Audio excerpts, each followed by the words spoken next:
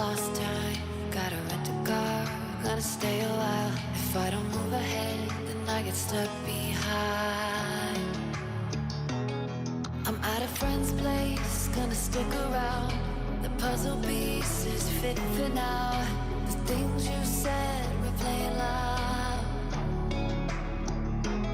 There are people outside living their lives. Thousands of stories move through time. There's only one face on my mind. All I want is you.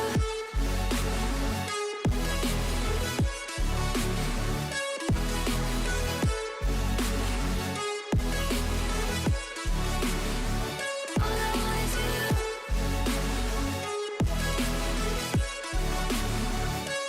There are people outside living their lives.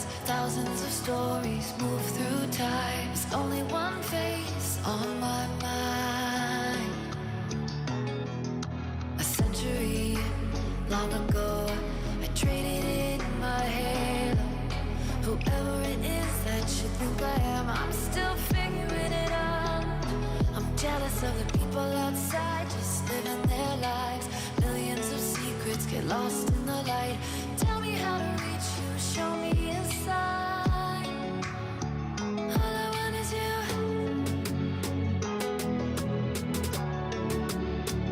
All I want is you.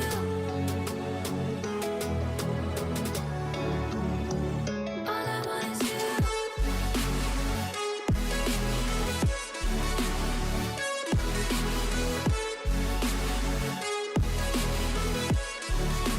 All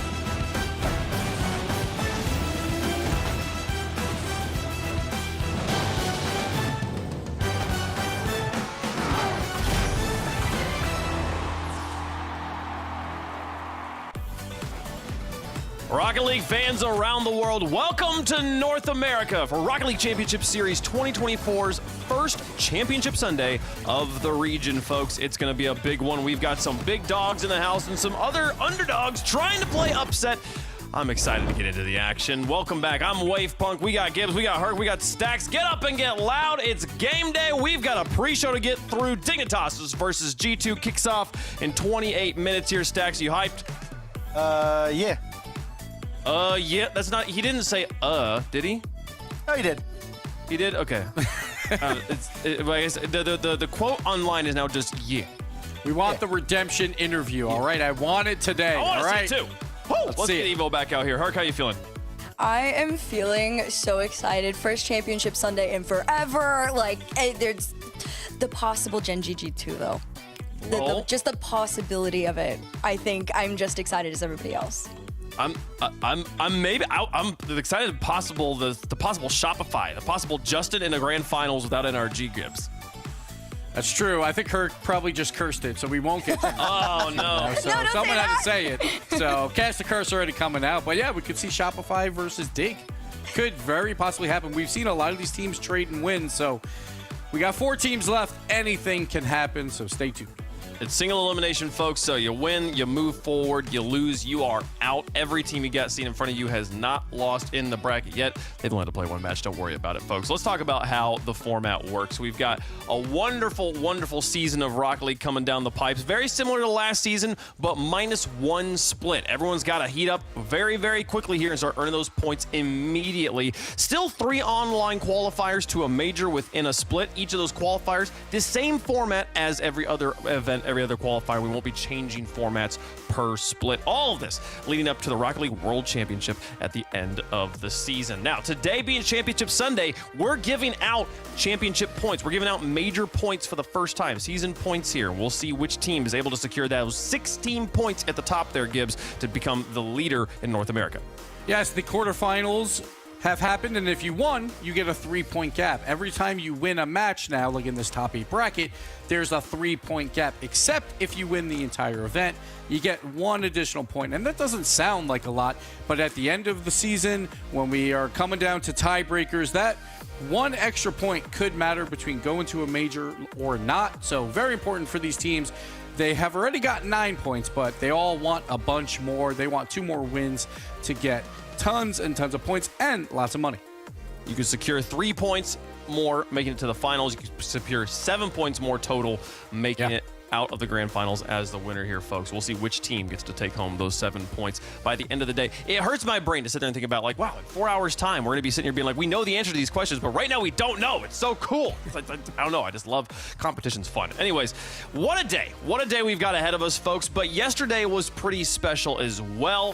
We didn't really have any upsets. I guess Shopify maybe over M80 was an upset here, but let's talk about them in order that they happened here. Herc, walk us through the Pirates on a boat trying to beat Dignitas. Oh, this was a crazy matchup just because of how back and forth it kind of was, right? Dignitas having to go up against POAP, everybody cheering on the Pirates on a boat, but ultimately Dignitas prevailing. It was the synergy between Evo and Arsenal that really carried them through, and then Gyro started stepping up huge throughout the second half of that series there, ultimately with Dignitas prevailing in 2 of the 3 overtimes that they got taken to. Yeah, and for Andy going against his former teammate there in Evo, I mean, that was kind of the rivalry. Evo talked about it. It's like, I didn't want to lose to Andy.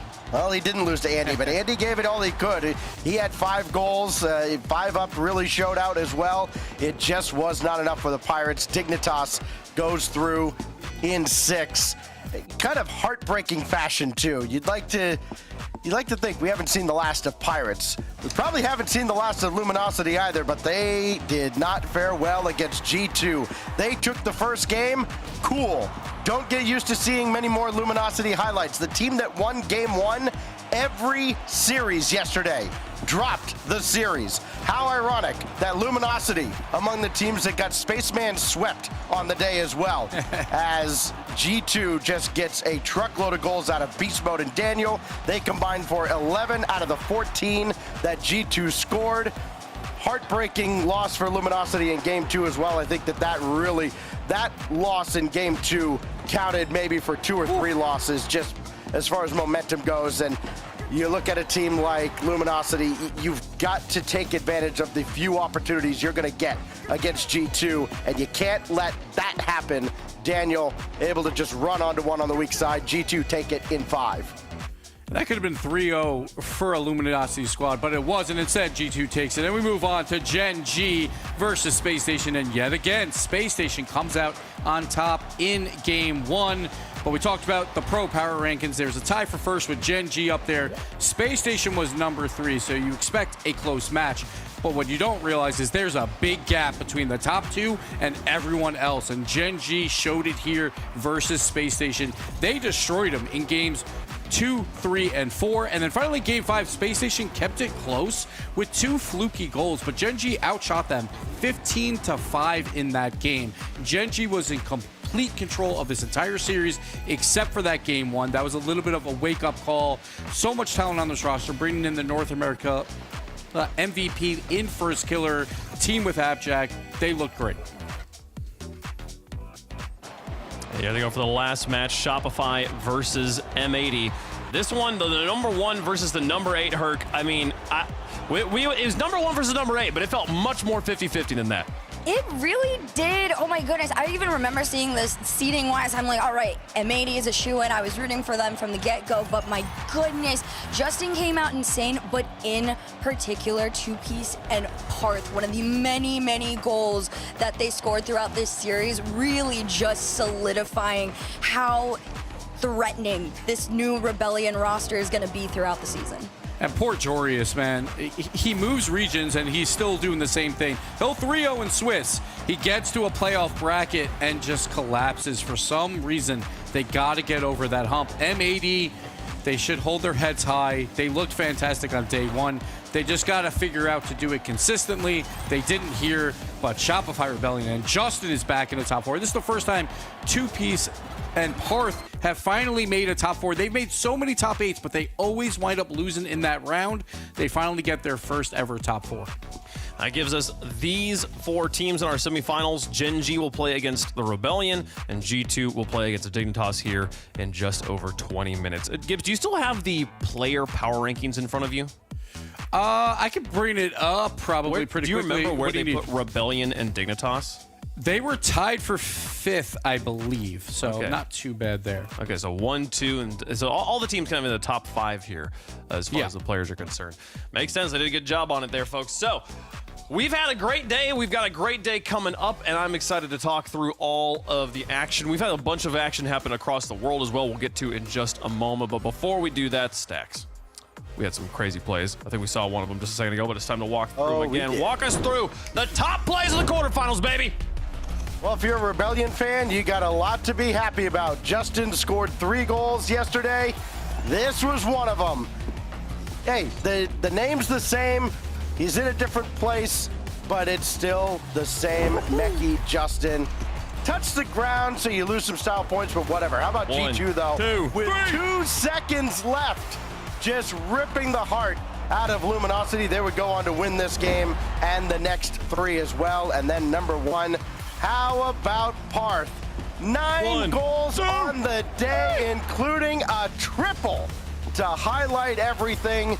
Shopify Rebellion, great against M80. I do have to step up or stand up for Jorius, though. I mean, look, we can slander him all we want. He did lead his team in goals and assists. I mean, come on, don't put this on Jorius.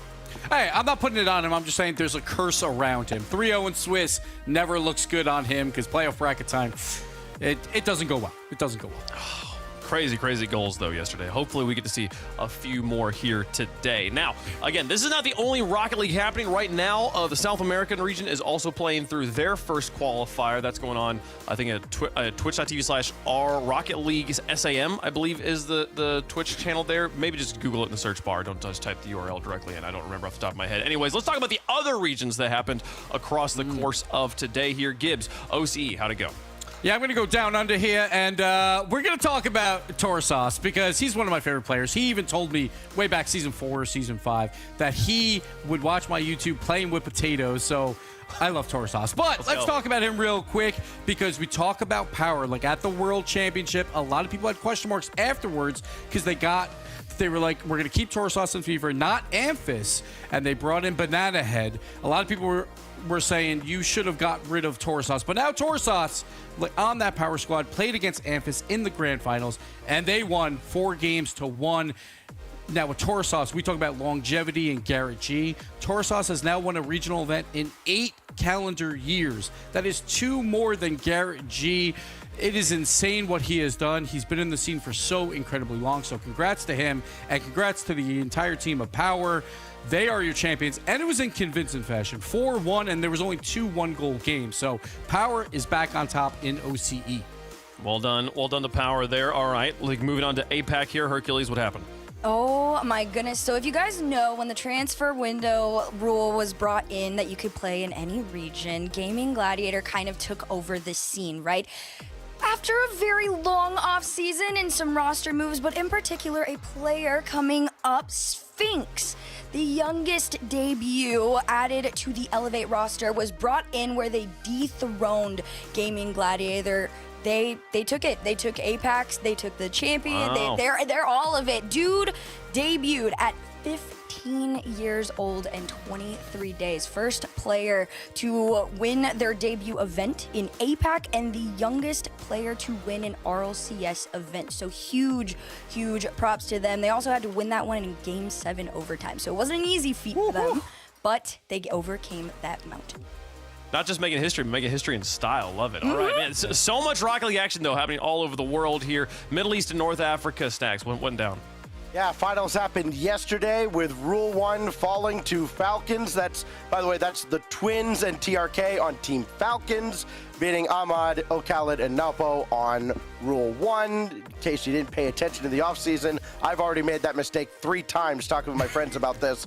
But also, keep an eye on Infinity. They take out Twisted Minds in the quarterfinals, dominated in the quarterfinals. That's Venom on Infinity taking out his former team, and then they went the distance all the way to Game 7 with Rule 1. So for everybody out there that's like, MENA's just a 2-team region. No, they've got some depth there, and I think we haven't seen the last of either Infinity or Twisted Minds as this playoff race ensues. We'll see how that continues to develop as well over the course of the season. Meanwhile, over in SSA, Limitless, a roster, a name we're familiar with from the World Championships, was able to clean out their finals against the Young Money clan there, 4-0. Limitless went undefeated through the entire bracket, through the entire Swiss. They dropped 3 games, 2 to Shmongolia in the bracket, 1 to Shmongolia in the Swiss. So they didn't even lose enough games to lose a best of 7 in total of the entire tournament there. Limitless very much dominating there. Congratulations to them. Also, to amend my previous statement about South America, it's on twitch.tv/Rocket Street Live, I believe is where that broadcast is happening. Their semifinals set to get started here soon. Crew versus Complexity and Furia versus the Ninjas in Pajamas. So excellent Rocket League to keep your eye on over there. If you got 2 monitors, can kind of put one up on the TV, put one up on the computer, something like that. Anyways, yeah, lots of action here, Gibbs. Across the world, all these teams hoping to make it to that World Championship at the end. Yeah, we talk about like international moves, players playing in different regions. Well, this was the first all APAC final since the 21 and 22 season, and then obviously with SSA, they hold on to their region as well. We see it here in North America, like M80 goes down. So a lot of the international transfers are not paying off right now. We'll see as we continue throughout this split to see if that will change, but it's been exciting so far. And let's not forget MENA. They now have 2 major spots. SSA, they also have a major spot, so a lot more on the line throughout those regions.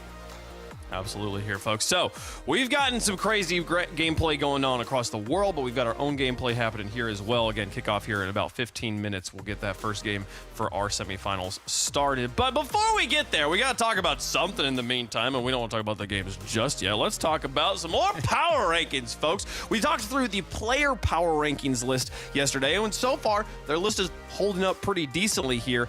Let's talk through the first touch top 10. Now, this is slightly different because they did a global top 10, not just North American teams here.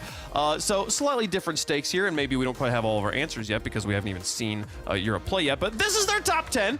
So there's some good, and then there's some interesting. There's some hideous. Yeah. You want to start, Gibbs? Sure. I'll start. Let's talk about MENA. We talk about the Okay. confusion between Rule 1 and Falcons. They were definitely confused. Falcons are the better team. They By showed far. it throughout this regional. Falcons could even move them up, maybe even like into a top 5 spot. But Falcons above Rule 1. Rule 1, I could see maybe in that 9-10 range. But Falcons, they deserve a spot. And my other gripe, and maybe people will not agree with me here, but North America. It's not a great year last year, all right? 2023 was not NA's year. I don't know if they deserve 3 teams in the top 10 right now. Gibbs, you could save this slander for the European broadcast, okay? I'm just saying. That ain't broadcast here, baby. Look, they put G2 and Gen.G right there next to each other. I feel like that makes sense. My biggest complaint here is them putting G2 over BDS. Like, it maybe take 1 game or like 2 games. Maybe take 2 games before you put BDS under G2 in this situation. They literally even called it out in their announcement video, and then somehow decided, you know what, we're good enough to beat BDS. Well, it's tough because BDS obviously made a lot of rosters as well. But the top of both EU and NA are a little confusing, I think, for some. I think you got to go Gen.G. They have to be above G2. They bring in the North America MVP. And then Vitality, your world champions who were just perfect in spring, and then the world championship below a K-Corp. I think some people would question it. And honestly, like I'm going to say, I don't mind it. I don't mind putting K-Corp first. They have made this team that is meant to dethrone Vitality. I think it's possible. For a power rankings, I probably would have Vitality number 1, but I would not be shocked if K-Corp wins everything this year. So that team is a force. How do you feel about... Yeah, go ahead, Stack. Well, yeah, I definitely would have Falcons. I don't even know if Rule 1 necessarily is on the list. If they are, they're much lower. But Falcons definitely on the left side, probably ahead of like a BDS, probably ahead of G2. I would have Gen.G probably in the top 3 still, because I do think that this Gen.G team is for real. And I'm absolutely with you. You know, Space Station, I love the guys, but you can't have that many NA teams on this list at all. And where's Furia? Yeah, that's true. Furia is probably best. Herc, how do you feel about the South American slander? They put 1 team in the top 10 here, put 3 North American teams. Nah, there's too much, like, there's not enough attention on the quote-unquote minor regions. I think, yeah, no, they should have been in there, 1,000%. Also, I'm with Gibbs on this one. I'm sorry, there might be a few too many NA teams on there, but that's okay for me to say. So, yeah, I gotta be careful. That fan base scares me on Twitter, so. Yeah, that's the real reason. They put Carmine Core at first because they just were afraid of the Blue Wall fans. So it's, you know, it's fair. It's fair, folks. And power rankings are fun. They're a good time. We don't need to, you know. Oh no, yeah, they're hard to make. But I want to go back to Sam really quick because Furia, they brought in Drufinho now onto that squad. So Yan lost and him. Like, I feel like they could be a top 5 team in the world. They obviously have to play their regional throughout today, but I think they will be the number 1 team out of Sam by the end of it. Like, I think that team, as long as they can get over those nerves at LAN, I think they can absolutely, they will compete with the best in NA. Maybe not the K-Corp and Vitalities yet, because I think those 2 teams are kind of above everyone else. But after that, there's a real mix who could be a top 4 team. Real quick before we move on from the list here, just wanted to shout out Gentlemates, or to get some thoughts on Gentlemates real fast, a name maybe people aren't familiar with. That's the new like Seiko Itachi roster. Yes? Yes. Any thoughts about that one? So there's talent there. It's hard with Europe because Europe, it's like you have your top 2, very similar to North America. There's K-Corp and Vitality, and then there's literally everyone else. The problem with Europe is there's so much depth outside of that for NA, I would say we have like a 3 through 8 that are competing for a top 4 spot probably. But in Europe, like, it's probably 3 through 14 that will compete for a top 4 spot. So we'll just have to see how all these teams will click. And I think it's going to be very interesting next weekend to see who even makes it to that regional event. Yep, for sure. So, Gentlemates, they're a new organization. Again, that's Juicy was the other player. Juicy, Seiko, Itachi with Eversax as the coach. Looks like they could be a strong roster. We're excited to see them. But, folks, we've been teasing it for 2 days now. It's time to finally give you a bit more of a reveal and a date for when you can expect new decals.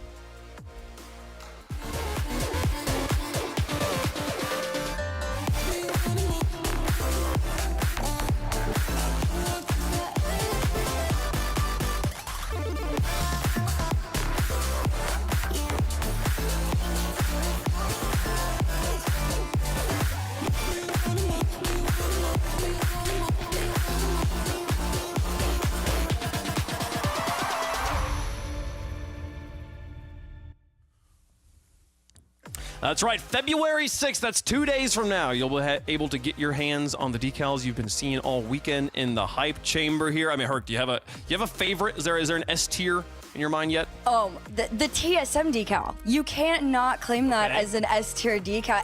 I know every single person out there that uses Dueling Dragons is going to cop that decal. I'm going to do it. You're gonna do it. It's the prime decal for the Dragon fans. That's a strong one. The stacks, I mean, the G2 one's pretty strong. The Dignitas has gone like 2 for 2 on S tier decals of late. Yeah, the Gen.G one usually always catches my eye because I just like that logo, and I like the idea of the stars for championships, but also Endpoint. I saw Endpoint flash across there, and I'm like, yeah, that one's really kind of clean. I think I have the old Endpoint one, and I'm probably gonna get the new one. I mean, I'm biased towards the purple and blue ones here, so I like the Endpoint one as well. Gibbs, was there any of them that were yellow enough for you? So I was going to say, I'm biased towards yellow. I saw a power one in there really quick, and I was just talking about power, how I love them. So I'm probably going to cop that one. It looked pretty nice. Yeah, he's going to go try to buy the space station one and buy Dignitas. That's what him. Oh, yeah. That's been him all weekend. Which team long. is Arsenal on? I don't know. Which yellow team with a space-themed mascot is Arsenal on here, folks? I don't know. Let's talk about one of those teams here, folks. It's time to get into our first matchup of the day. Again, the bracket is full. We got lots of excellent matches coming down the pipe, and I'm excited to get to it here. 7 minutes to kick off here, and we'll be getting into it, folks. Again, lots of crazy matches coming down. I mean, you're not going to be... Okay, are either of you going to be on the desk for Gen.G Rebellion here, Stacks and Herc? I don't... We are casting that one. We are casting. Casting, right? That's good. Just making sure. I'm not... There's a lot of moving parts here. Give me your predictions. Who you got? Who you leaning towards? Not who you think is going to win necessarily, just who you want to win, maybe.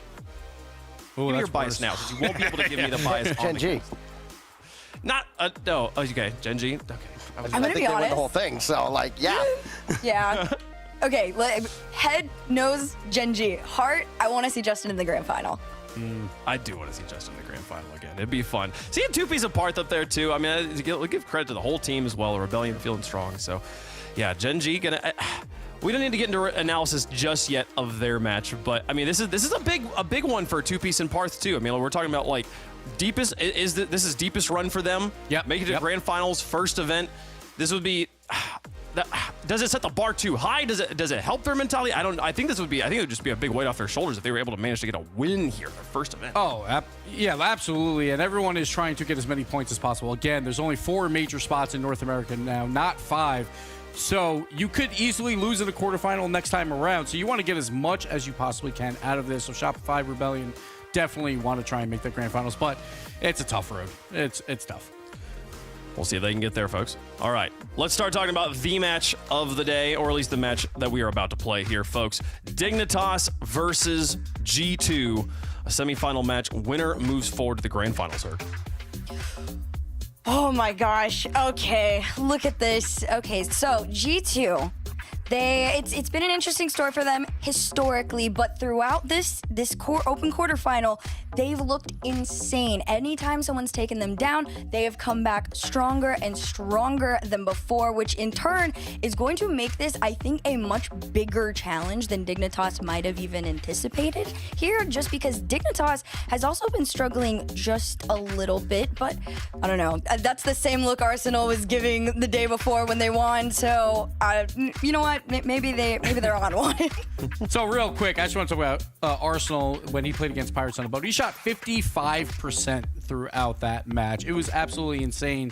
You know he wants it. He got booted off Space Station, moves over to a Dignitas squad that, again, on paper, I was not expecting much from, but they've won 2 tournaments already. They've never lost a tournament as the team of 3. So what is to stop them now? They're actually a better offense in this tournament than a G2, which is pretty crazy to think about. But G2 is the #1 defense so far. So we'll see if Dignitas can continue that offensive pressure versus a very good G2 squad.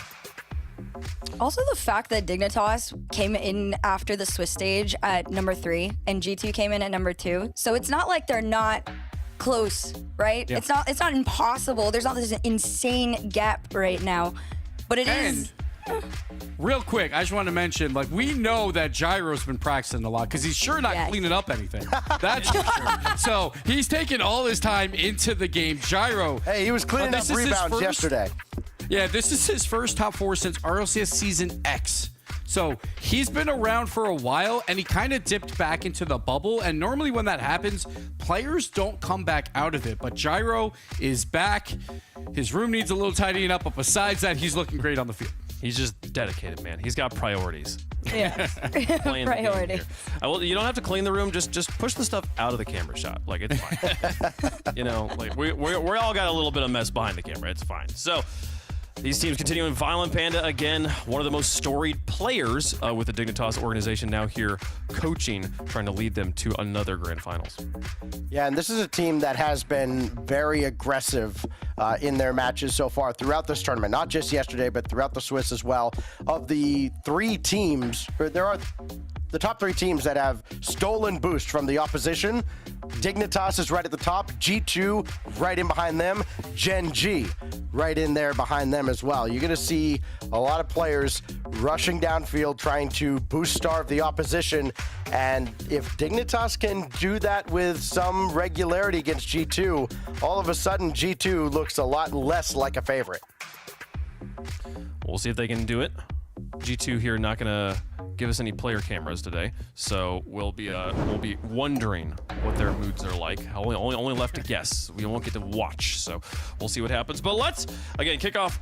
Coming down momentarily here. It's time to talk about who we think is going to win, who our picks are down the board. I feel like there is an obvious favorite here. I've got G2, Gibbs got G2, Harkle's got Dignitas, and Stacks has got G2. I mean, okay.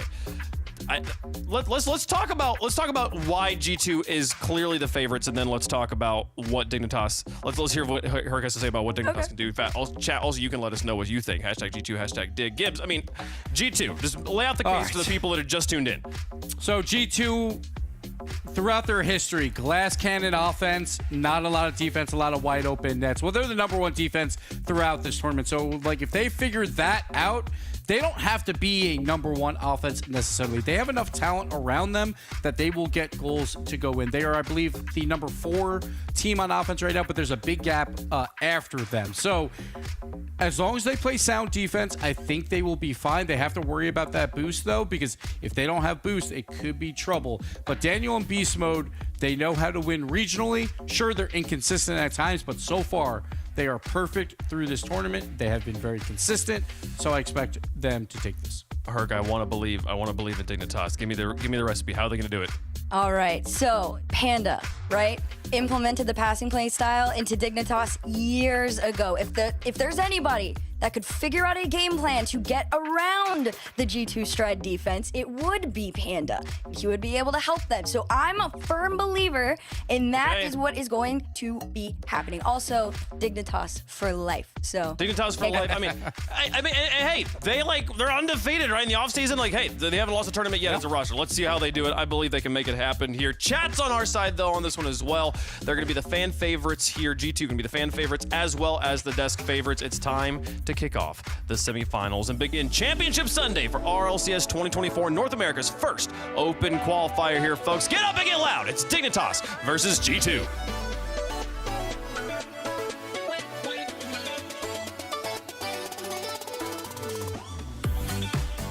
Ladies and gentlemen, welcome to Championship Sunday. We've got a matchup to kick things off with G2 Stride versus Dignitas. James Bott, it's going to be a banger. Oh, it certainly is. G2, the heavy favorite. But one thing is for certain, it did look like yesterday they had some cracks in their armor. That luminosity showed everybody existed. Dignitas, though, still going to have a lot on their hands. Atomic was bumping like crazy yesterday and was so key to so many of the G2 plays. Dignitas might have their hands full with him. It'll be interesting to see how Dignitas have prepared here for this game. Going in already, a lot of people expect G2 to come out on top, but it's why we played the games for a reason. And Dignitas has been no slouch here in the main event for the Major 1 qualifiers. They've been able to pick even the strongest teams apart and really go the distance with a lot of the toughest competition in North America. We'll see how they handle G2 as already. They've been able to keep up that opening possession.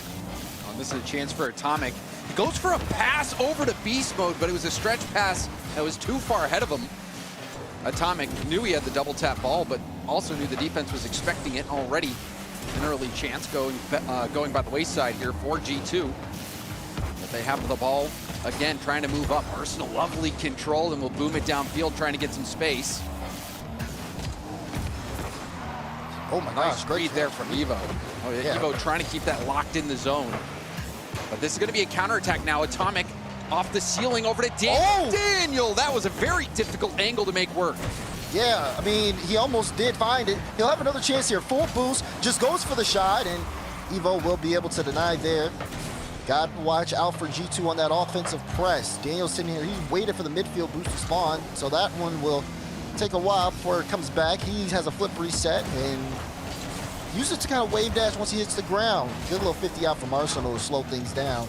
Dignitas taking their time, not really sending too many resources forward. It has been a slow start. Daniel, nice little flip reset. Almost a double. Yeah, double flip reset. He's just trying to make people miss at that point. And also, if we can see from G2 more of those solo shop opportunities for Daniel, it's going to be good. But oh, Gyro just beats everybody. This is wide open. If he can make the adjustment, he does. And that's an easy drop in for Gyro. Look at this great read there. Beats Atomic cleanly. And he just has to follow it and hit the double in. Gyro, right place, right time. And Dignitas with the first goal. So despite Dignitas being held on their goal line for a large stint there, Gyro's able to break out, and Gyro dusting Atomic on that challenge. And Daniel comes in to take the chip shot. A nice play there from Gyro. And I mean, let's talk about Gyro a bit. Now, Gyro has had some ups and downs in his career. That shot almost going on target. Gyro can't make the clear out. But Gyro having ups and downs, landing on Dignitas very late in the season, but somehow this Dignitas team has managed to gel very nicely. Yeah, Gyro's been a great addition ever since he's joined. They have reached heights that we haven't seen them reach in a very, very long time.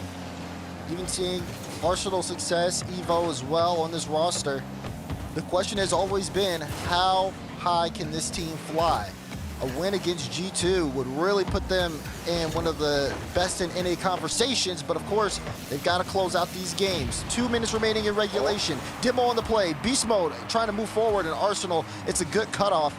Dignitas not giving up too much ground to G2, but you can see G2 just waiting for an opportunity. Dignitas getting fortunate there with that respawn location of Arsenal. Arsenal able to make the play right off the respawn, and now a chance to break out again. Evo going for the backboard.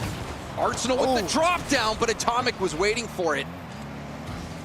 Lovely pressure so far from Dignitas. Now G2 trying to slow things down in their own corner. 50 from Daniel, intercepted.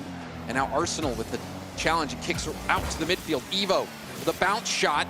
Will go wide. Daniel's going to try to help out Atomic. Atomic lands the demo. Not much boost for Daniel. It goes for the musty pass. Beast mode playing keep away. Now Atomic going for the backboard. No one has the boost to get the stop. Arsenal with a great challenge prevents the shot from going in. I do like what I'm seeing from Dignitas. Even under G2 pressure, they're still able to control the ball very well. They've been managing their boosts well here also, just not really using too much, not putting themselves in awkward positions despite the pressure. Gyro here really low on boost, but not really deterred. Gets a light touch out to the side. Atomic's been trying to bump him all game, but he hasn't really been too successful. He's made contact, but never really took Gyro off the path. Really awkward there, and Arsenal will try to pick this one up. Beast Mode plays it onto the back wall. Could have been dangerous there as a little scuffle in the midfield. In some disarray, you saw Daniel and Atomic getting mixed up there, actually team bumping, and now we see a pre-jump from Atomic, lets it through, the shot will be wide. G2 will now have to defend this counterattack. Great first touch from Daniel, goes for the double, out of boost though, had to be perfect, didn't get the read exactly. And now Gyro again trying to lead that counterattack. Gyro, the only goal of the game after dusting Atomic at the midfield. There's the infield pass. Look at this quick passing from G2, but it was too quick for Atomic to wrap around. Now, Arsenal clearing it out. Last chance for G2 in these final seconds. That's a good bump. Daniel will have a look at this. Split reset, goes for the demo, let it drop down, but no one from G2 was there for the shot. And I mean, it's a level of composure that we're seeing out of here from Dignitas, right? Even when they had the ball on the blue half, they saw G2 all in the corner. No one really took an initial challenge there. Instead, everybody pulled off. They understand that G2 very strong on the counter, don't want to give them too much room to work, and their defense has been on point, especially from Evo that game. 4 saves out from him with a score of 441. He's actually leading NA in score per game here this event. Seeing Evo work really well, and also seeing Dignitas really play for each other.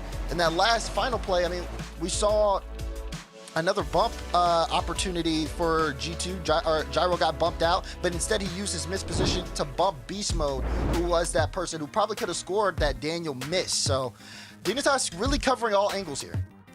Certainly, and it was just that quick challenge by Gyro getting up and over Atomic that made all the difference. G2 did have some good looks, even at 0 seconds. That's not a bad play to go for a flip reset and just let the ball drop down, go for the bump, but nobody from G2 was there for the shot when you expected somebody to be. We have seen that in a few instances, G2's communication has been off just based on what we saw out there on the field, like the team bump between Daniel and Atomic on the sidewall. This is and it's the same G2 that we saw yesterday who had a slow start versus Luminosity, but Dignitas will be happy about that game 1.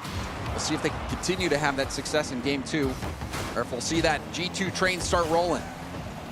One thing we know for sure is G2 will adjust. Daniel had 7 shots that game, Atomic had 0. Maybe changing up the approach offensively could be helpful, but right now already under a lot of offensive pressure here on the start from Dignitas. Arsenal almost able to find the back of the net, but G2 gonna be able to break it out for now. Here's Evo leading the charge from Dignitas, gets this off the back wall. Atomic will go up for it. Ball gets a little bit away from him, so Daniel will have to assist in clearing this downfield. You see Dignitas slowing things down when it's on their own back half. Arsenal just controlling the ball, keeping it close to his card. Gets this one all the way on the G2 goal line before Atomic can knock it out. Daniel trying to control it, does wrap it around. There's the bump from Arsenal, takes Atomic out, but Beast Mode somehow scores from an impossible angle. I believe we saw him yesterday score from behind that corner boost, and looks like he does it again. Yeah, I mean, that's a great shot from Beast Mode, right on target. Evo didn't even expect the power on it. He tried to react, but he couldn't react in time. Goes off his car and into the net. 1-0 G2. Huge play there from Beast Mode.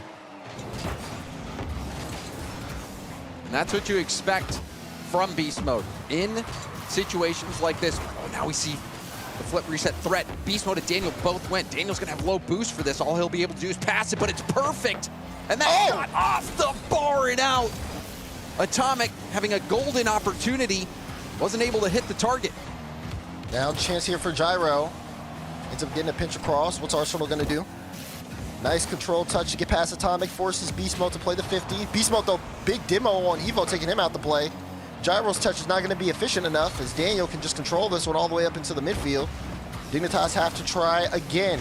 And again, looking at the physicality, they take out so many key players in the offense. Good shot from Arsenal, but easy save from Daniel. He's going to push this one up, to pick up the pace there on Gyro. He had to rush to make the save. Another rush save made out of Gyro here.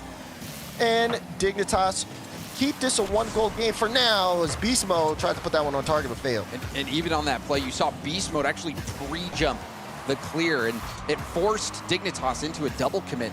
And they're still trying to dig their way out of it. Atomic, high off the wall, gets a bump. Daniel's in the middle, waiting for a pass, but it never comes. Now, counterattack. Trying to break out here for Dignitas. Arsenal up and over Daniel. Ball still at the mid boost. Being contested. Evo up early, tips it down to Arsenal, who puts it into the G2 corner. Lots of boost here, though, for Daniel. Daniel into a flip reset, trying to get it past Gyro. Does, but Arsenal was right there to bounce that right back in. One of the things that I do like from G2, again, just kind of keeping their spacing. It's been really good. They've been able to watch out for a lot of things, but can they watch out for this? Gyro, light touch, Arsenal's got it! Dignitas with the tying goal! And it's again Daniel getting tangled up, this time with Beast Mode. Beast Mode bumps him off the ball, and if Daniel doesn't get bumped there, he's probably going to be able to clear that ball out. More G2 disorganization, and it leads right to a Dignitas goal. Dignitas has been playing very consistent. G2, though, they're in this game right now. This is not the same G2 we saw yesterday. Yeah, even the G2 yesterday was pushed initially by Luminosity. They had to start adjusting. They did play really well, especially towards the end of the series. And, oh, Beast Mode, he got him. If you can't get that backboard read, he's going to punish you every time. And, I mean, look at that. He gets bumped while dribbling the ball, and it launches that ball. It was actually too difficult a read for Gyro to make. That was crazy. Everyone's surprised by that. And Beast Mode elevates, again, himself over the competition. And G2, they are in dire need of it as well. Beast Mode has been phenomenal in this game, too. He is single-handedly keeping him in. Here's Arsenal now. Trying to pick this one up off the midfield. Daniel, though, big catch, trying to get the flick over Gyro, but Gyro bides his time. Evo goes up, but not before Beast Mode. He's so quick to get to the ball, shutting down any opportunity for clear. He's still in the play. He's going to take some Dignitas boost as Daniel goes up trying to put a shot on. Great block out from Evo. He's keeping it close, but Dignitas have to go. We're approaching the final minute here in game number 2.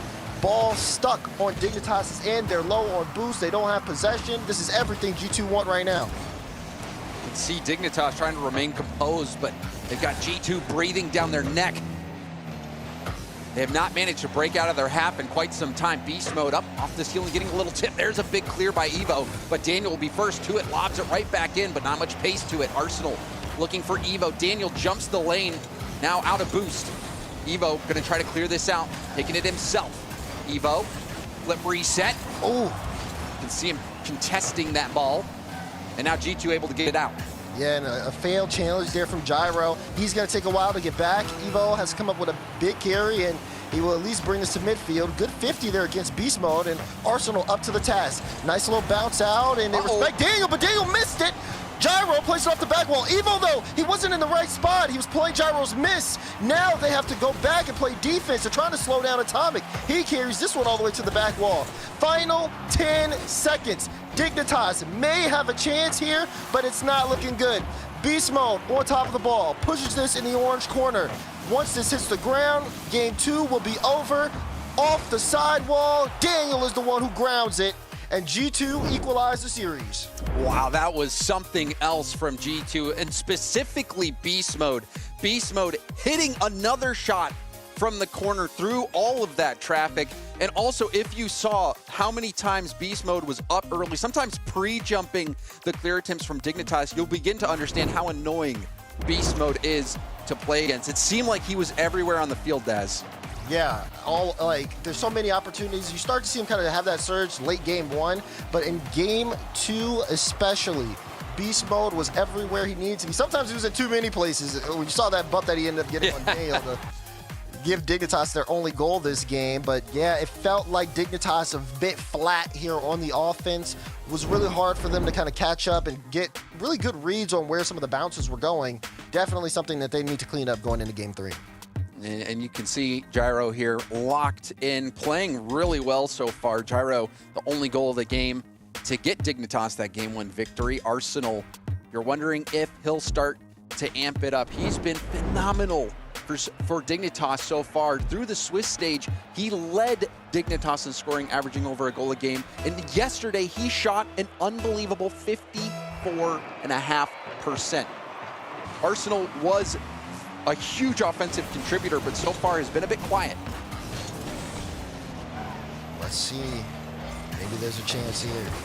We've seen a lot of teams really ascend to new heights once they really are pressured. Tournament life is on the line. How will both teams adjust now? Gyro up quickly here to start things off. Gonna leave this one, gets a light touch. Arsenal taking it up off the sidewall.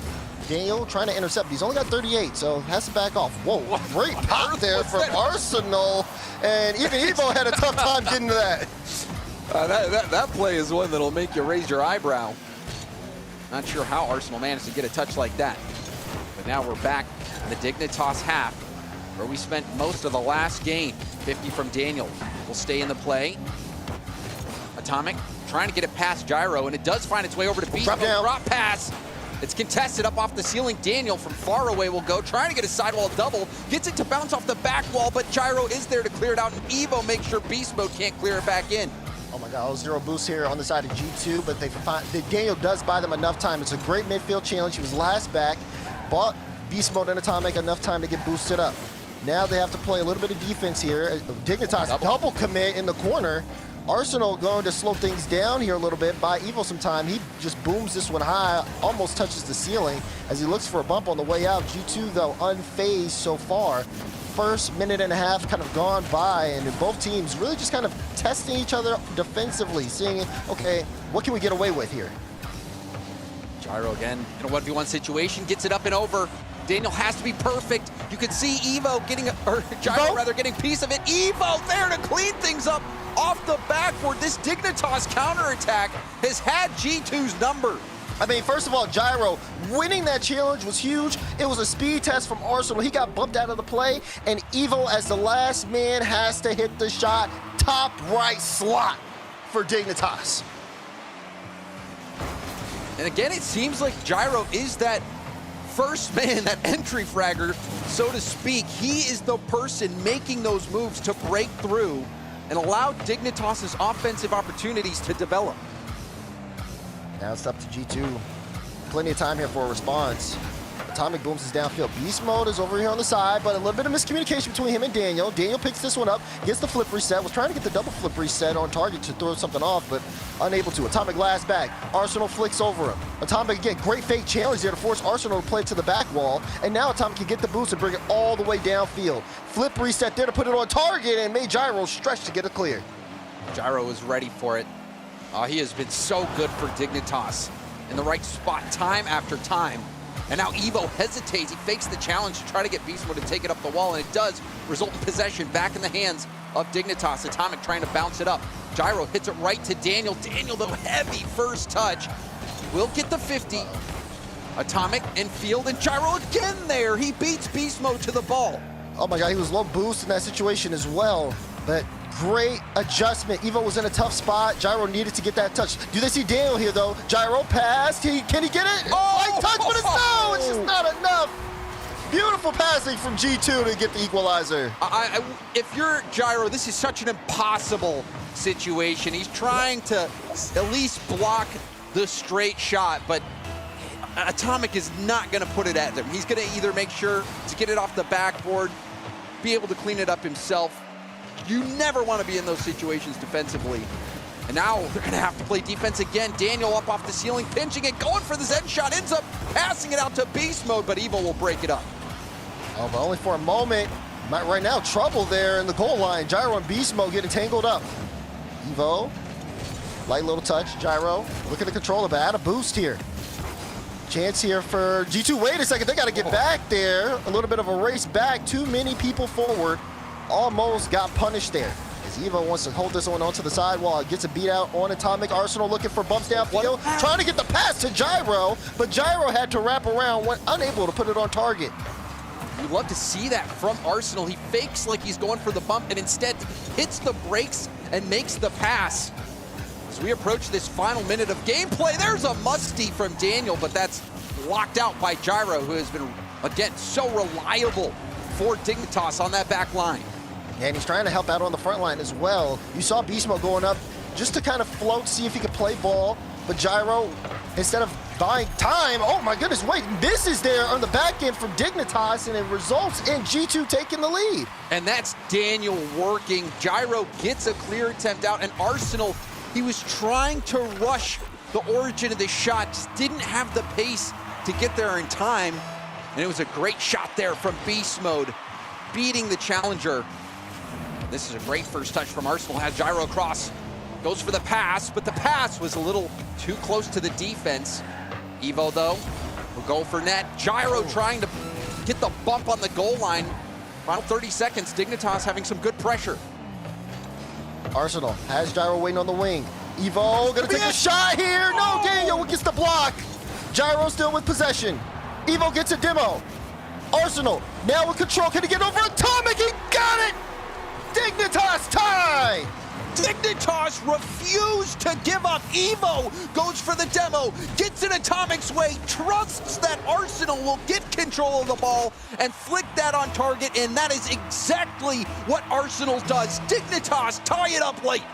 Both teams trading punches here, but still, no one giving up just yet. Final 10 seconds in game 3.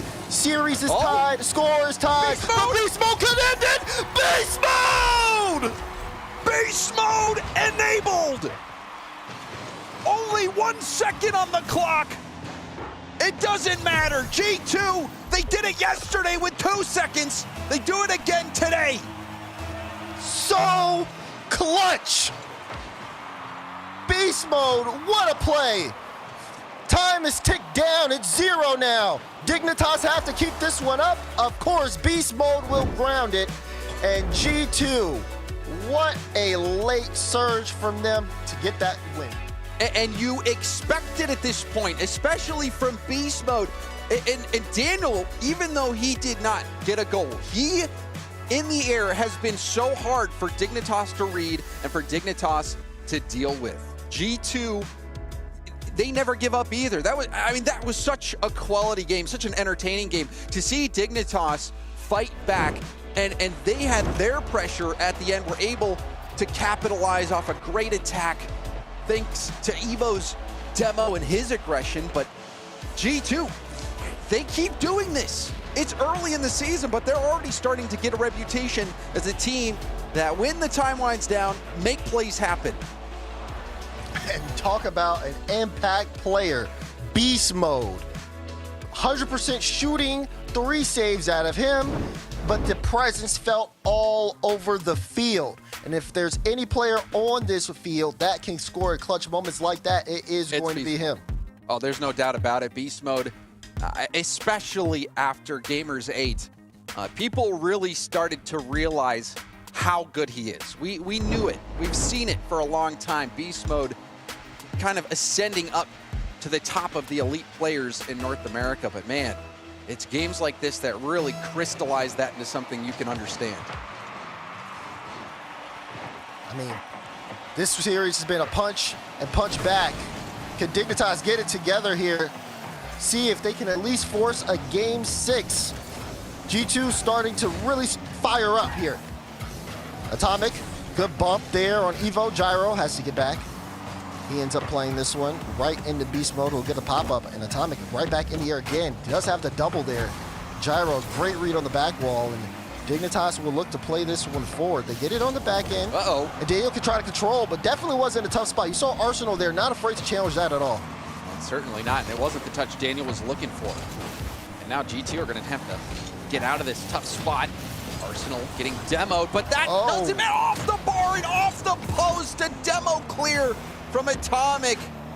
Dignitas, they're going to wish they put that one in. Rough break there for them. No chance here for Daniel. Plays it over Evo. Has Atomic. Pass down. Beast Mode though. Follow up. Bang! G2 continue to strike. How do you defend? Look at this little touch from Daniel. He gets the touch up. Knows that he's not going to go for the shot right away. I mean, G2, they don't panic. They're not going to be, they're not just going to make a decision that says, oh, I got to shoot because, you know, I'm just going to try to be fast here and not think. They're always thinking that next step ahead, trusting that their mechanics are going to pay off in the end. And that team play was absolutely dazzling. One thing is for sure, feed the beast. First shot, first goal for G2. Now looking for more here. Dignitas have to figure out how to cool this team off before things get out of control. Beast mode off the sidewall, looking for Daniel. Good cut from Gyro. Dignitas will start to make a presence upfield. Gyro rushing that touch, a little awkward there, and Evo has to turn back. Wants to slow things down, so Atomic, great chain dash to stay close to the ball here, looking for a play high, and Arsenal able to deny and regain control. Big taking their time, and honestly, as they should. So much time here in game 4 for them to try to get back in. It's amazing what players can do on zero boost nowadays.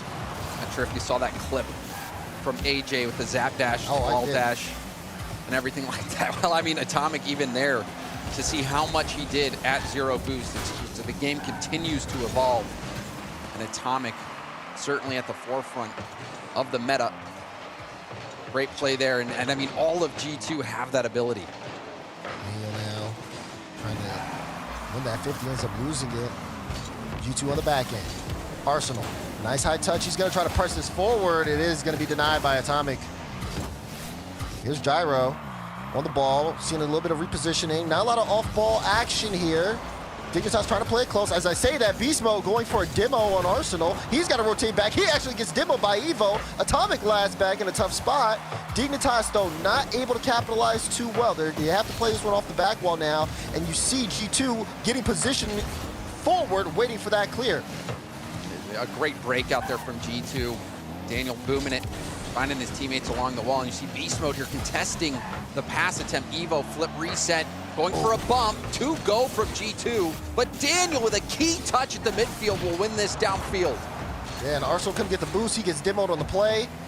Gyro at 0 now. Important for a clear here. The good one comes out. Good 50 from Arsenal as well, and you see Beast Mode having to rush back. Beast Mode using the last of his boost to get there for that 50. Now Daniel trying to take some space. Evo got the mid as well, up against Atomic. It falls through. Not the best touch from Daniel. It's contested now and hit over to the G2 corner. Evo trying to collect it. Evo keeping it close, goes for the 50. Pass infield. Arsenal, it's a wide open net, but Arsenal was a little slow to the play.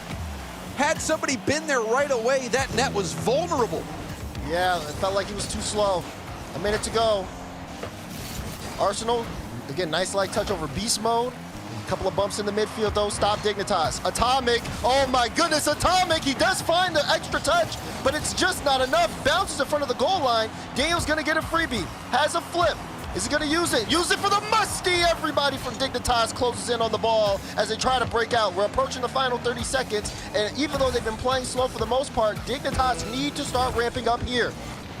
Oh, this could be a chance. Arsenal not able to beat Daniel to that 50. Atomic gets it around Evo as well. This is going to be even more precious time wasted in favor of G2. And another light touch. Beast Mode going up just to make Evo uncomfortable. Actually wins that challenge. Final 10 seconds. Dignitas stuck in their own half. G2 have just been playing the 50 game. As long as they get there first, that's all that matters. One more for Atomic. Why not? As G2 calls game. And that is how you close a game out. Daniel getting the tip by Arsenal. That is a tough spot to be in, but a lot of credit going to Beast Mode as well. You continue to see him give those defenders a heck of a time. He's given them a handful with how quickly he's pre-jumping, getting up, and correctly reading the play. It's got to be frustrating for Dignitas, who have remained close in these games, but G2 has just started to pull ahead. This is very similar to the Luminosity series we saw yesterday, Daz.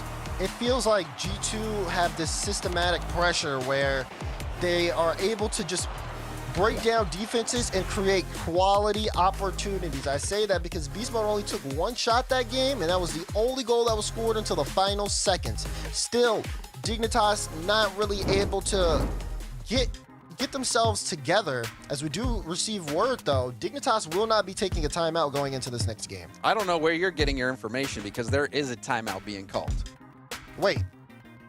Do you not right. see that? We'll figure it out. We'll figure it out. I mean, I mean, it's officially hasn't come through, but my sources do say that there's going to be a timeout. Okay. Wait. All right. Never mind. That apparently it was called after the deadline. It was called too late. And that is interesting. So Dignitas missing their window to call a timeout. All right, here we go then. I guess you were right all along. And truly though, you wonder if that is going to come back to bite Dignitas. We'll have to. And 6 seconds in, it leads to a goal. Just like that, Daniel picks this one up right off kickoff. Flip reset straight to Atomic. Atomic to the top right corner. And G2 still hot from the last game. Oh my, that is interesting. That is going to be really tough for Dignitas to recover from mentally. This is the elimination game. Dignitas don't have any more chances. They're going to have to find a way to battle back from behind, giving up a goal like that early. This is where their mental is truly going to be tested. Atomic now on the ball. G2 are going to continue to ramp up. Flick over and Evo. Let's take control. It's going to be important that they make every possession count on the side of Dignitas. Daniel, though, makes that one bounce right in front of the goal line. It's a strong clearance from Evo. Beast mode. And he gets a nice double into the corner. Arsenal can't read it, and Evo and Gyro, I should say, almost double commit as Dignitas are trying to get control here. Daniel uncontested in the air right now. Gyro goes off the ceiling, but actually helps the clear out, hitting that hard back into Daniel, and Atomic lob it up, trying to make Dignitas waste their boost. Gyro catches it into a dribble and in the corner, trying to get it out mid. He does get it there. Arsenal, though, a bit too close to the play, and now it kicks out to Daniel. Daniel controlling it off the wall, trying to get back down to the ground, and he's demoed for his efforts. Atomic has beast mode in support. Beast mode now goes. Beast mode trying to be annoying, and he certainly is. Beast mode almost had enough to get that play finished off, but you can see 0 boost to get to it in time to take the shot. Tension going into game 5, and this one, especially if Dignitas loses here. Bit of a dramatic finish for our first semifinal of the day, but Dignitas still showing signs of fight.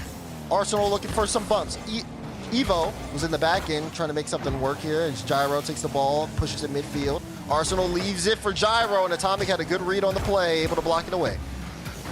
Well, this is a shot opportunity, but a great job from Atomic to jostle the shooter to make sure that wasn't on target. G2 coming into this matchup were number 1, or the best defensive team in the event with the least goals allowed so far. They're looking to continue to keep up that trend. Their defense has been on point and their offense has been deadly.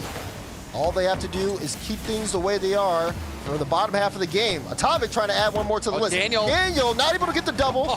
Gets everybody from Dignitas jumping, but Arsenal in the right spot to be able to buy his teammates time to recover.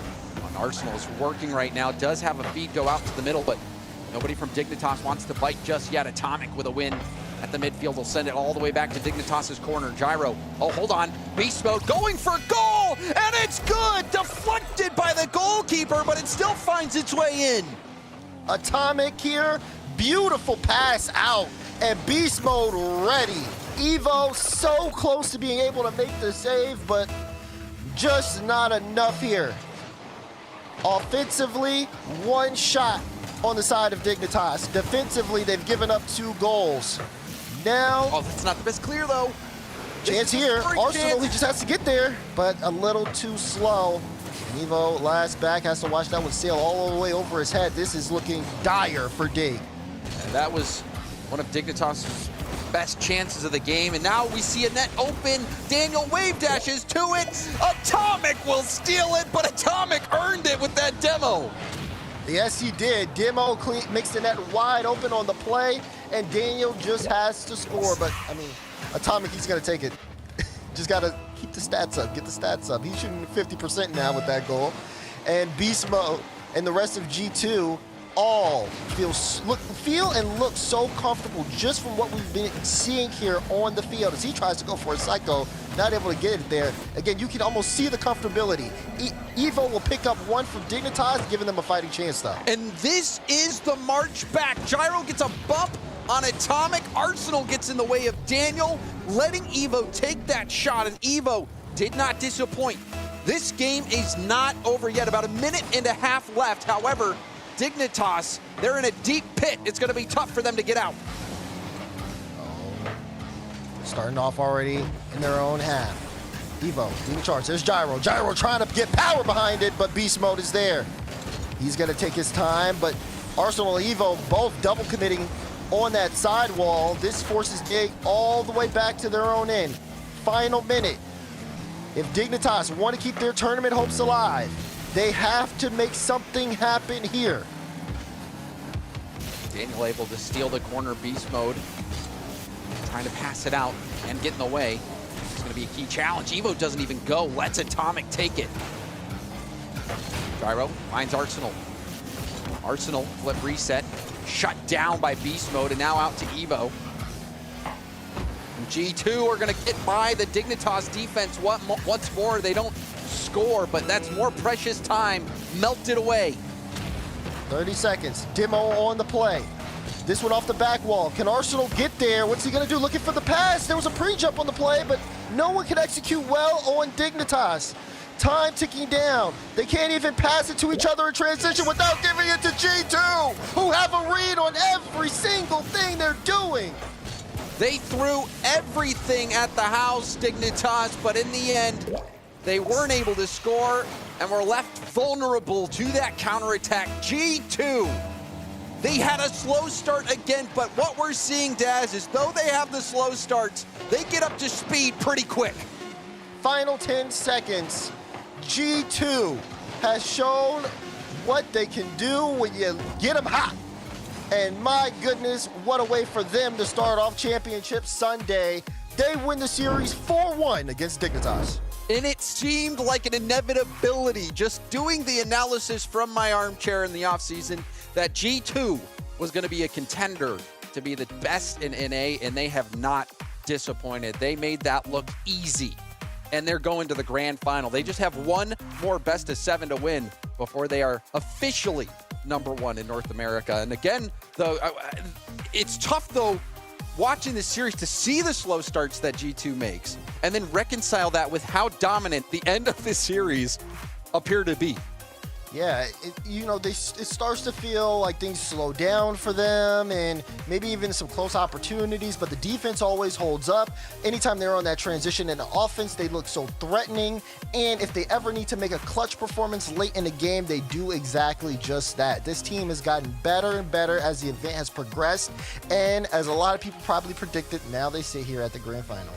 And a lot of that is credit to Beast Mode. Was he incredible this series or what, Daz? Oh, yeah, absolutely. I mean, the shooting was on point. The way he was able to create space for his teammates was very solid. And then he was just faster. And that's a big proponent here in this series. I mean, Dignitas, they had great ideas for opportunities, but you can't do it if you're constantly getting dusted to the ball or just flat out losing the 50-50s. It was played at just like on another level, really. He's called Beast Mode for a reason. Like Gibbs said in the pre-show, the top 2 teams, it seems like there's a big gap between them and everybody else. And to find out who will officially be the next top 2 team, we're going to go to a break and find out. Shopify Rebellion versus Gen.G coming up next.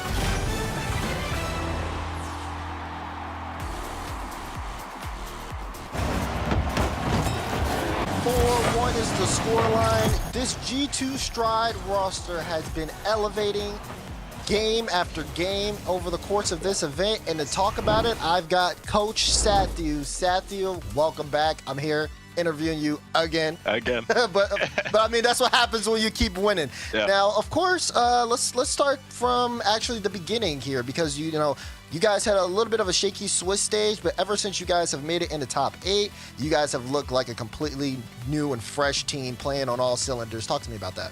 Yeah, I mean, it's just always trying to execute on that system that we have going. And, you know, with Swiss, we saw that nerves play a part. We all, you know, were kindly reminded of that. And just that feeling in tournament is way different than in scrim. So we've been getting closer and closer to scrim play, but we still got a little ways to go, but I'm feeling good. Talk to me about the Dignitas series overall. I mean, initially going in and how you guys were able to adjust and just take over. Yeah, I think they recently started playing a lot slower. We saw them play very slow against POAB yesterday, and we're all for that. We love when teams do that because, you know, we feel like we can overpower them and we can overwhelm them. They're easier to demo, they're easier to challenge. So it felt controlled the entire way through. We didn't think they were going to play us like they did POAB, but they played pretty similarly, so we ran with it. Yeah, and you guys took off. I mean, someone who took off was Beast Mode, especially. So quick was he on a lot of the plays, as well as his shooting being on form and even in clutch moments. I mean, has Beast Mode, from your perspective, been kind of improving as a tournament, or has this always just been within his toolkit? I think he definitely is. I think, again, he and Dan both are just implementing themselves more and more into the system that I really foresee with this team, and that I think that will make them play the best. He's getting more comfortable, Dan's getting more comfortable. They both have just, like, it's been a comfort thing, and same with Atomic as well. But Beast especially, like, had a day today so far, so I'm excited to see what he pulls out in the grand finals, and I mean, that's what I want to see going into it. Likewise. I mean, we'll touch on Dan here just briefly. Defensively, he seemed very clutch there. I mean, how is the communication between Dan and the rest of the group, and as well as his performance? Yeah, he's been a lot better when he's in that third man position, kind of commanding those in front of him. He's taking more of like a leadership role that I want our third to do so, like during match, and it helps with our spacing. I'm big with them on spacing. We get it right in scrims, sometimes in tourney so far we haven't gotten it right, but today we did. And I think yesterday we did for the most part too. At least it was better. So yeah, I'm very happy with just how he's been communicating with the rest of the squad. Yeah, I mean, you guys are now sitting here in the grand finals. You have to wait on this next series between Rebellion and Gen.G. I mean, what are your thoughts about it? I'm still going Gen.G. I still think they're the stronger team. Rebellion showed me a lot yesterday, but I also think M80 maybe fell off a bit. They definitely didn't look as good as they did in Swiss. But, you know, I hope it's a great series. I hope we go more than 4 games, more than 5 games. I hope we at least get 6, but I'm taking Gen.G probably 4-1. Appreciate that personally. But that being said, before I let you go, Matt, any shout-outs, anything you want to say before we send you off to prep? Yeah, just again, shout out the org, shout out my family, shout out B-Stad and Bart, and shout out B-Stad. and yeah, no, we're happy with the performance, and we're just gonna try to keep it rolling. Congratulations on the win, Matt, and of course, see you in the grand finals. Good luck. Thanks. G2 make light work of Dignitas here, controlling the match from beginning to end. After dropping game 1 in a 1-0 situation, they literally did not look back, following Daniel all the way into the win column here. They wait for the winner of the other semifinals and the grand finals. We talked about the defense of G2. They only gave up 4 goals in 5 games. Dignitas, they only scored 2 goals in 1 of those games. That was game 3. But Daniel's playmaking ability is something I want to highlight. He had so many fantastic touches on the offensive side of the field to begin goal-scoring opportunities for his team.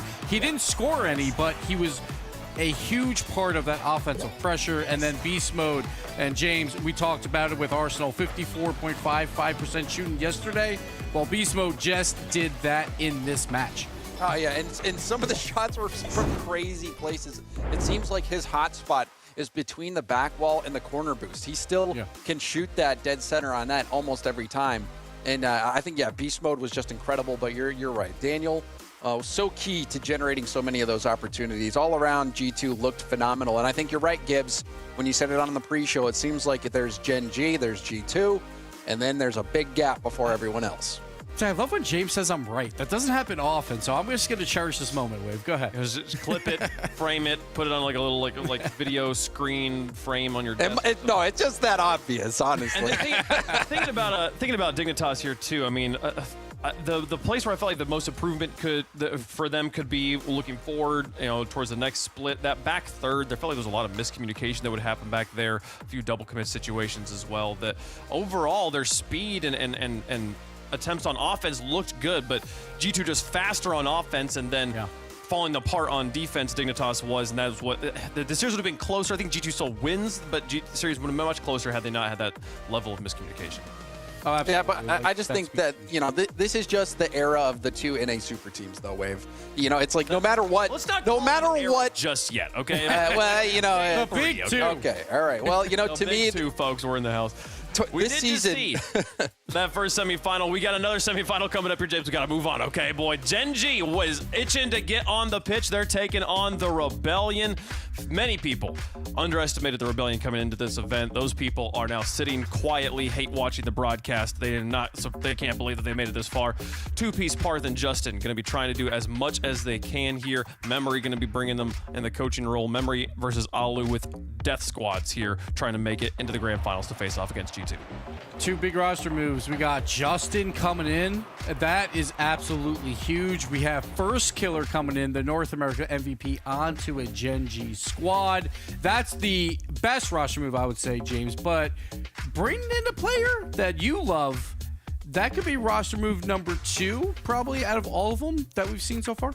Yeah, and I think it's a really interesting move because you have to remember that Shopify Rebellion was not really a hot team or a team that people were really keeping an eye on that closely. That's no disrespect to Two-Piece and Parth, but I think Justin is one of the most iconic players that Rocket League has ever seen, if not the most iconic player. And he chose to go to this team. I think Justin is going to have many offers. No matter what people think of him last season, Justin is Justin. And he chose to go to this Shopify Rebellion team because he believes in Parth and Two-Piece. And I think it's for good reason. As we've already seen, this is a good team. This is, and I said it before, I'll say it again, I think this very well could be the major team, one of the 4, maybe even in that 3 spot. They are that good. They have proven it already, and they're kind of a wild card. I think it's totally feasible that they do upset Gen.G here. They have an X factor. There's a chance for sure, but on the same side, you got to talk about First Killer. He could have chose probably any roster that he wanted. We could have got that team everyone always talked about, Daniel, Beast Mode, and First Killer, but he chooses to go with apparently Jack and Chronic, and I think he made the right move there, the number 1 seed from last year. And now it does feel like the top 2 players in North America are on the same side, First Killer and apparently Jack. And so far, apparently Jack putting up wonderful numbers. He's number 1 in goals per game for all players, and this whole squad of Gen.G is number 1 on the offensive side of the field. So can Shopify find a way to slow that down? It's going to be difficult. Well, do any of us think that Shopify is going to find the way? We're about to find out here, chat. You can let us know what you think in the hashtags in chat there. But let's see what we thought first off here. I feel like I know where this is going to go, and there's going to be the conversation of what is the battle plan for Shopify. But we can do the follow protocol here and see what they are there. Yep. Yep. Yep. Oh, cool. So what does, while chat gets their hashtags in, what does Shopify need to do if they want to face off against G2 in the grand finals? There's 2 things. 1, lose game 1, because it seems like everyone who wins game 1 is losing every single match. So just throw it away. But we see Parth just clipping on M80 yesterday. We see all of them just clipping, and you're going to need to do that. When you're an underdog, you need to make these shots that are top 3 worthy to gain leads. Once you have that lead, playing defense against First Killer and apparently Jack is going to be very difficult, but it can be done. They're not like immortals. Like, don't go into this match just being like, they're too good and we're supposed to lose. You got to go in with some confidence. Any thoughts, James? I mean, I'm with Gibbs here. You have to step up and play. I think they are an underdog here, Rebellion, but that's the best place to be, in my opinion, is when all the expectations are on the other team. And I'm pretty sure you can tell, too, that Gen.G has those expectations upon themselves, especially being the only North American team to really do anything last season. And they bring in an even, no disrespect to Nolly, but an upgrade and First Killer, because First Killer is one of those generational talents in North America. They are expected to win, but I think Shopify have a chance. We'll see. They do. See how it goes. They do. This is you gotta. Gen.G is not immortal. They're going to give you opportunities. You got to score in the moments they give you opportunities, and then see if you can create a few other opportunities on your own as well. Gen.G, the favorite on the desk. They're also the favorite in the chat by 65%, folks. The last match before the final match, folks. Shopify versus Gen.G for a chance against G2.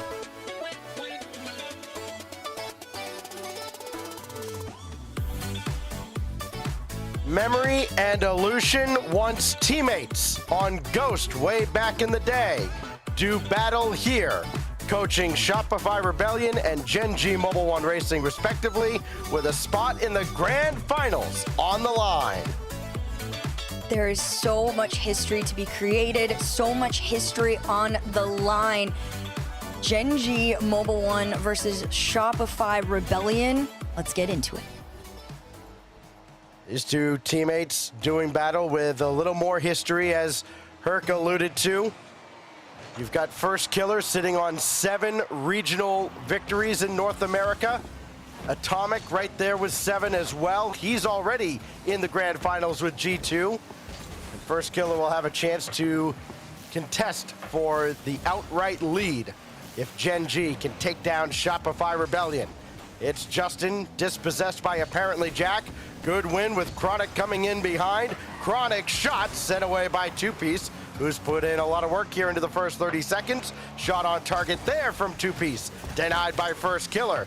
So it's turned into a bit of a track meet in the early stages here between SR and Gen.G, and you'd expect nothing less from two of the more potent offenses in this regional. Yeah, you really wouldn't expect anything less than a crazy number of on-target shots to be coming out throughout the entire series, the entire game, especially here in number 1. Who is going to be the first one to kind of put their foot down and say, hey, this is the level of aggression we're coming out with? And right now, Rebellion, they really got to be the ones to do it first, in my opinion, especially after the showing they had yesterday. They looked so good. But for now, the Gen.G defense has to put in some work against them here, as a couple shots are coming on through. Shot from Chronic on target. Parth is going to send this one off. Justin's going to be the one to follow. But pressure doesn't stop here as this one lands in the front. First Killer is going to try and take a shot. It goes out into the corner. And that challenge from First Killer highlights just how sure-handed you have to be. You cannot have an errant touch just casually get away from you. You've got to have your head on a swivel. You got to know where the opposition is at all times. In this matchup in particular, you've got two very aggressive squads, especially with First Killer on the opposite side. He's got the ball now. Justin tracking him. Went off of Justin to the back wall. Two Piece, yet another save. Saves another. He's racking up the numbers defensively now. Officially 3, but he's stopped 4 or 5 different opportunities. 7 in total from Gen.G, but none have gone into the net. Well, there's going to be another opportunity here as Chronic's over 1, but Parth able to send this one off. Was slow roller on that.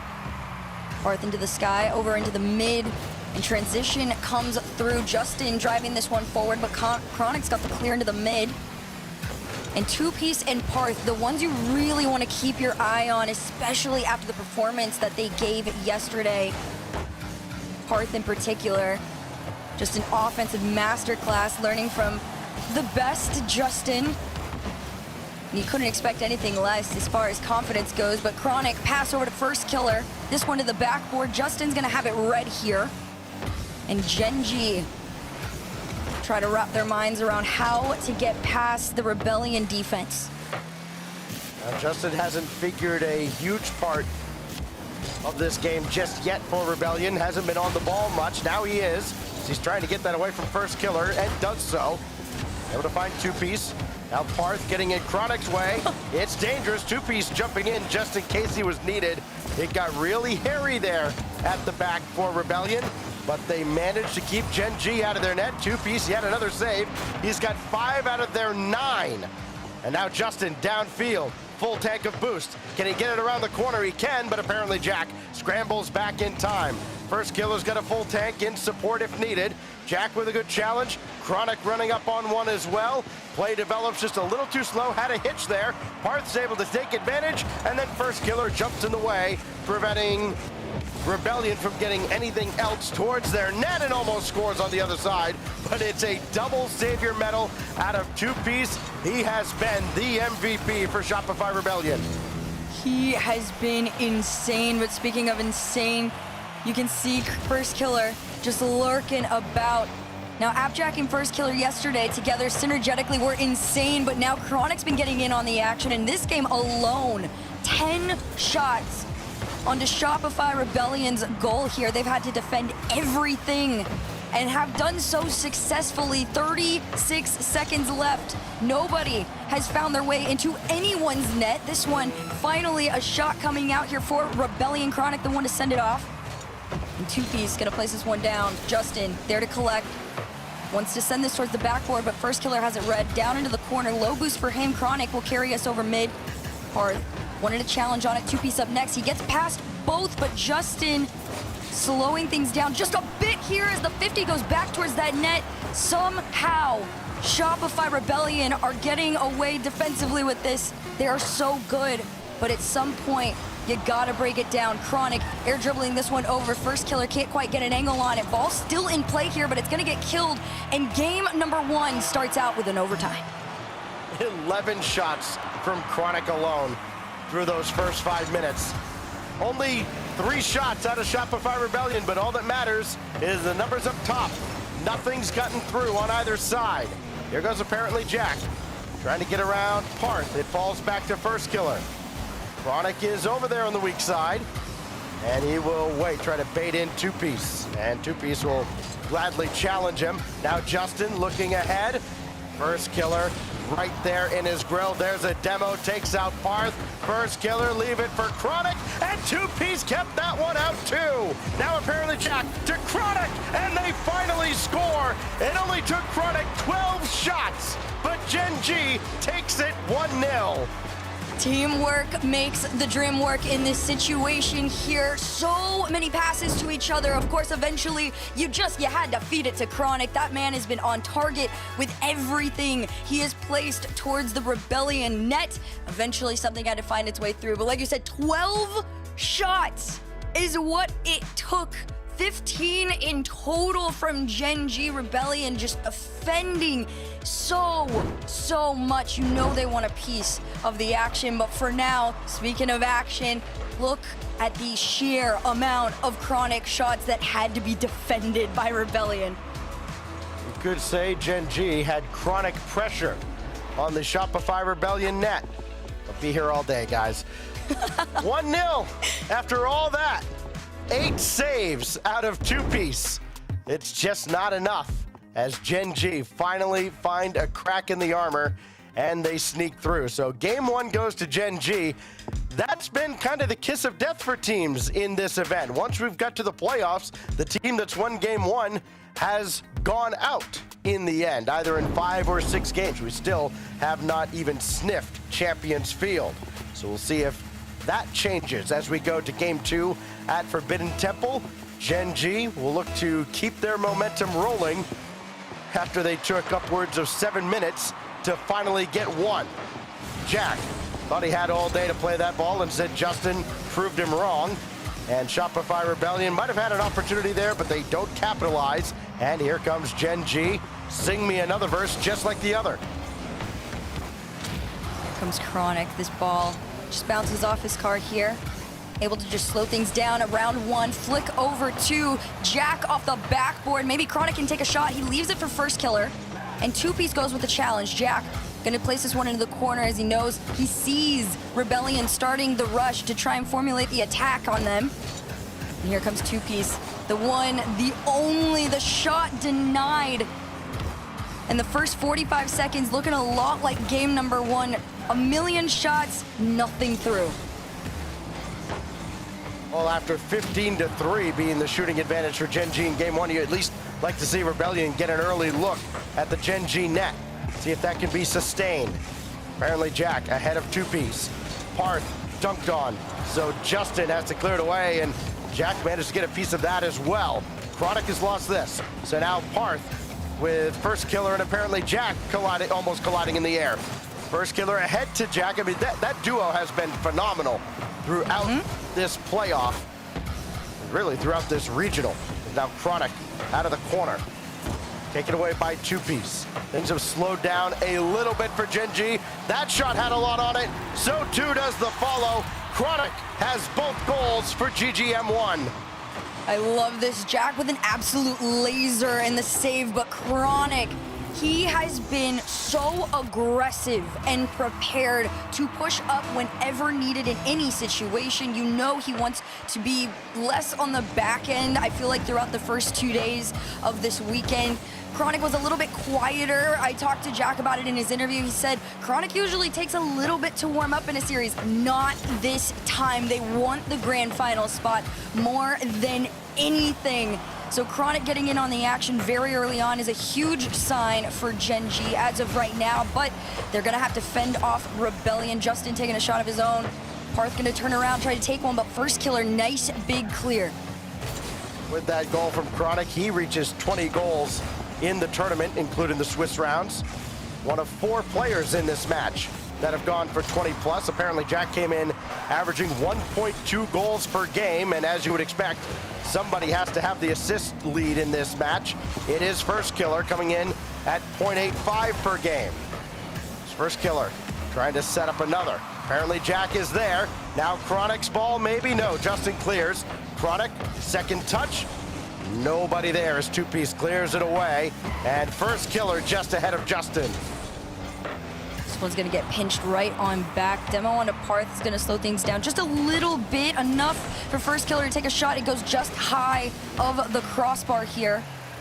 Chronic wants to keep Gen.G in that orange half. First killer will be able to do so successfully until the clear from two-piece comes through. Parth just patiently awaiting AppJack. Wanted to at least put that shot towards the net on this one. Great 50 here from Justin into the corner. We're gonna see who's up for it. Two-piece couldn't quite make connection with it. It actually gets left. It's a shot for Parth. Jack able to send us off in 1 minute 44 seconds. Shopify Rebellion. They get a taste of offense, but immediately get sent home back to where we've seen them so many times throughout this series on the defensive end. But there's a lot more promise here. Justin bullying his way through. Nobody else diving in. And I think the big difference is somebody from Gen.G would have been diving. Doesn't matter. Two-piece after all the defense. 8 saves in game 1. He gets the scoring started for Shopify Rebellion. This is the one person I really want to see wake up and have a huge boost of confidence. We saw the crazy solo plays that he's had not only throughout the weekend, but yesterday. Yesterday's series with Shopify Rebellion, they went off. Two-piece and Parth in particular, their solo plays almost felt inevitable. You couldn't stop them in any regard, so that is a good sign of life for this squad once they're able to break out. The biggest problem, though, that they have is Gen.G not allowing them the space to make some of those plays. You're going to have to create it if you want it. Here comes Parth, getting challenged by Chronic, sending right back to mid. This one into the sky. Parth over first killer. It's going to go down. Jack's going to try and take this ball back, but it still gets pushed forward. Double to go down. Justin's going to take a shot. It goes just high. And this one's going to float down. Parth going to try to meet it here. Maybe a shot, but first killer with the save. Two-piece with that goal. He was putting on a clinic in the qualifying stages leading up to the main event part of this first qualifier. Now apparently Jack out of the corner. Two-piece has it away. Kind of an awkward touch that threw Chronic for a loop, so he's got to bring that back to first killer. Parth breathing down his neck. And now here goes apparently Jack. First killer in behind him. It's not enough to make the initial stop. You got to keep it away from FK, which they do, at least for the moment. Final seconds ticking away here. Could be headed to an overtime. There have been plenty in this playoff, and we'll have another unless Gen.G's got something to say about it. Jack was not content to go for OT, but he'll have to settle. Another overtime between these two. This one off the side while first killer down. Second touch to himself to push this ball into this orange half here. Demo's coming through. Pass over to Jack. Shot on target, but two-piece defended off. And Chronic, the one everyone's been afraid of, would be the one to end it here. 16 seconds in. Gen.G take game number 2. Another overtime winner for Chronic. He's got all of the goals so far for Gen.G. It is his world, and we're just living in it. Remember on the desk yesterday, it was mentioned like, yeah, so you've got Appjack and you've got First Killer, and like Chronic is just kind of there. Like, the guy had 3 goals and 4 assists. What more do you want him to do? It just looks pedestrian compared to the kind of play that Jack and First Killer were putting up, because they were a little bit more flashy. As we look back at game 2, and we will indeed have a timeout called in plenty of time here by Rebellion, as they've got to take some extra time to sort this one out. They're down 0-2 after a couple of close games, a couple of overtimes have not gone their way, and it's now on Memory to try and lead his team back and figure out how do we get the ball in two-pieces hands more often. Yeah, you've got to find a way to be able to feed that ball to him, or even just him and Parth in general, getting that ball and being able to have their moments together. I feel like is more reminiscent of what we saw yesterday. But the bigger question that Rebellion have right now is how do you stop Gen.G? And by Gen.G, you are now trying to figure out how to stop Chronic. A Chronic that pops off is a very terrifying thing to deal with, because I think yesterday so many people were like, oh, it's First Killer and Appjack going on again the synergetic duo run that they had yesterday. Everybody's like, okay, you can intercept it, you can stop him off one by one, but Chronic solo plays and having that ball fed to him is proving to be a much more difficult task to stop than I think Rebellion came into this series anticipating. So all 3 goals for Chronic, all 3 assists for apparently Jack. So it's First Killer who's just chopped liver in this series for now. That's terrifying if you're a Shopify Rebellion fan, because you know exactly the kind of numbers that that man right there is capable of putting up. And the fact that he has had almost nothing to do with the scoring so far in this series, yikes. It's about to get pretty bad unless Rebellion can turn this around. The only goal, the only tally at all, coming from two-piece, that one goal that tied the game and gave them some life, ultimately washed away in game 2. So now we are ready for game number 3. We go to the iconic backdrop of DF8 Stadium. Can Justin and Shopify Rebellion turn it around, or will we get the foretold matchup of Gen.G and G2 in the grand finals? We're about to find out the answer to that question. It feels like it could be sooner rather than later as far as Gen.G is concerned. And Jack, the one to send this upfield. First Killer wanting a little piece of the action. Instead, it's Parth. Pass over to Justin. This one on target. First Killer, the one to fend it off, though. And immediately, early game threats coming out from Rebellion. That's exactly what you want to see coming off of that timeout if you are a Rebellion fan. The thing about Rebellion is, they have plenty of experience among this roster. I mean, yes, they are young. They're not as experienced as the players across the way, but they're no slouches. They've been in this situation before, and especially with Justin leading the way. Here's apparently Jack throwing it up to a Chronic. Soft out of the corner, Chronic for Jack. I don't think anybody expected Chronic to go for another touch, and that completely threw off the Rebellion defense. Look at this, he gets the second one on it, but it's Jack to push up and keep it going. If Jack and Chronic start getting in on the passing plays on this one, they will be threading the Rebellion defense like it is nothing. This one trying to get sent back, Chronic in the mid, off to the side. Justin wants to keep this in control for Rebellion here.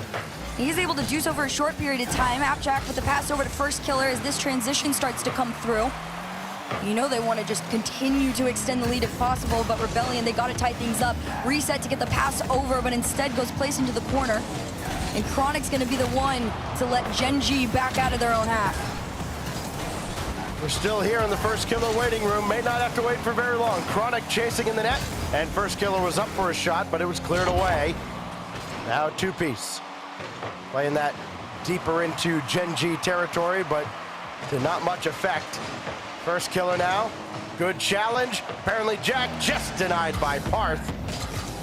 And can they keep this ball forward? And, well, somehow yes, because apparently Jack, with nothing in the tank, through all that traffic, kept the play alive. Here goes Chronic. It would have been just like Gen.G to score there. They have not yet. Now First Killer, tough angle, goes harmlessly across the face of the goal.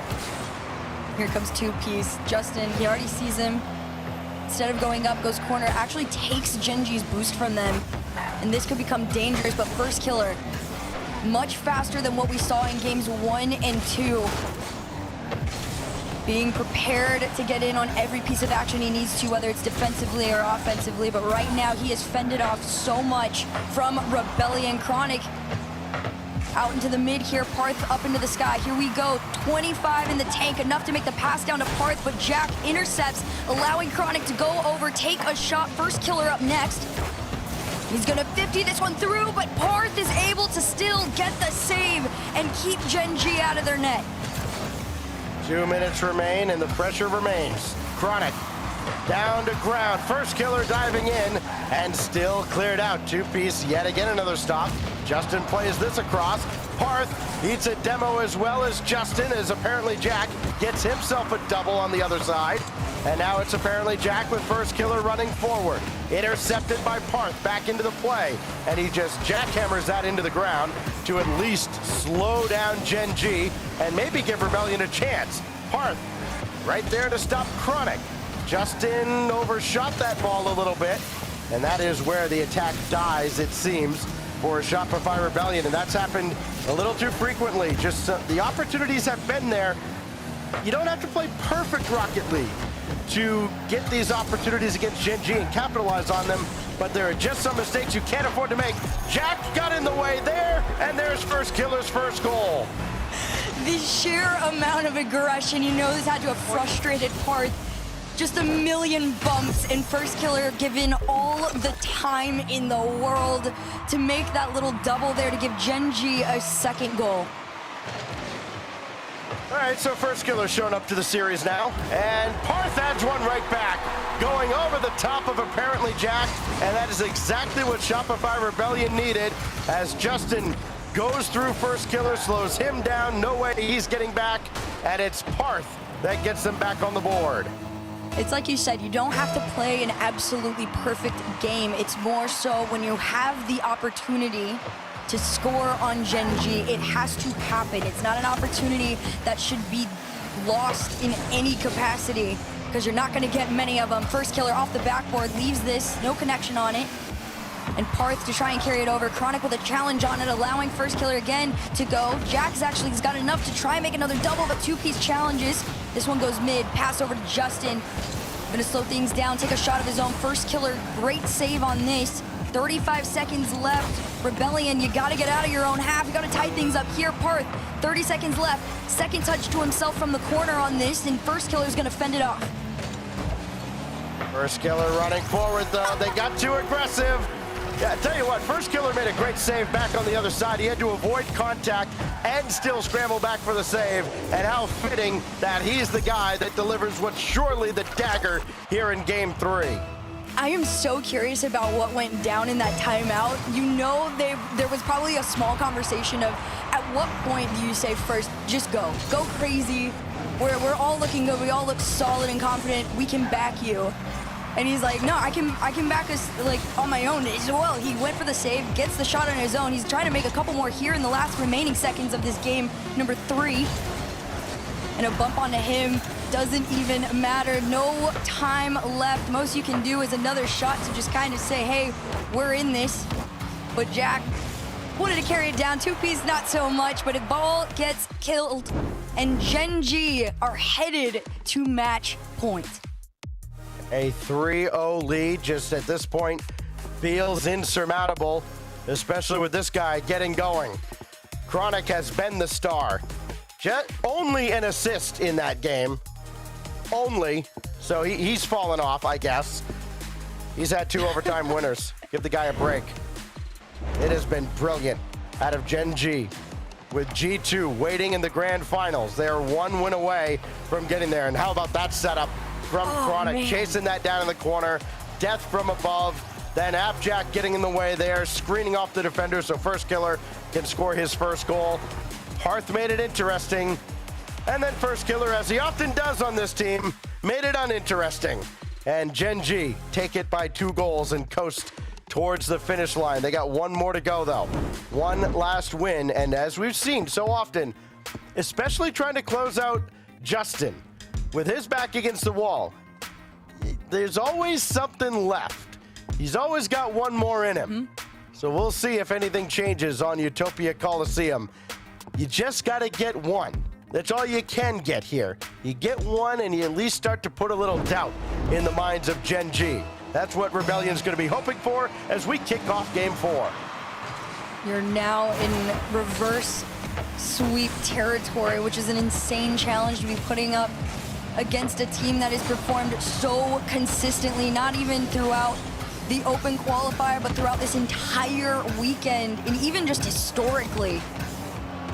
Here comes Two Piece, wanting to start the journey for his squad. Instead, Chronic doing what we saw in games 1 and 2, just taking the shots very early on here. This one gets sending back.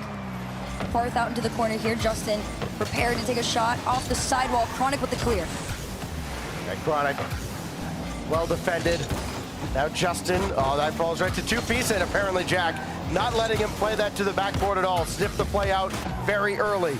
Justin let that get away, so First Killer will take it. But Justin does the next best thing. He took out First Killer on his way through. Tried to get in Chronic's way. That didn't work out. But the corner boost stolen by Parth there. That could hinder Gen.G just a little bit. At this point, you'll take anything you can get. They're all kind of packed in like sardines, though, on their own half of the field before they finally break out. And Justin doing all he can to keep this play alive, and Chronic not interested. This one's up in the air, waiting to be claimed. Jack's up next.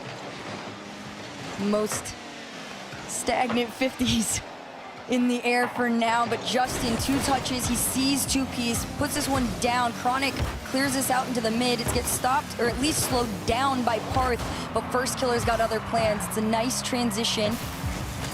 Again, you're getting sent back mid time and time again, which is a good sign from Rebellion, being able to stop them, not allowing Gen.G in their half for too long at a time.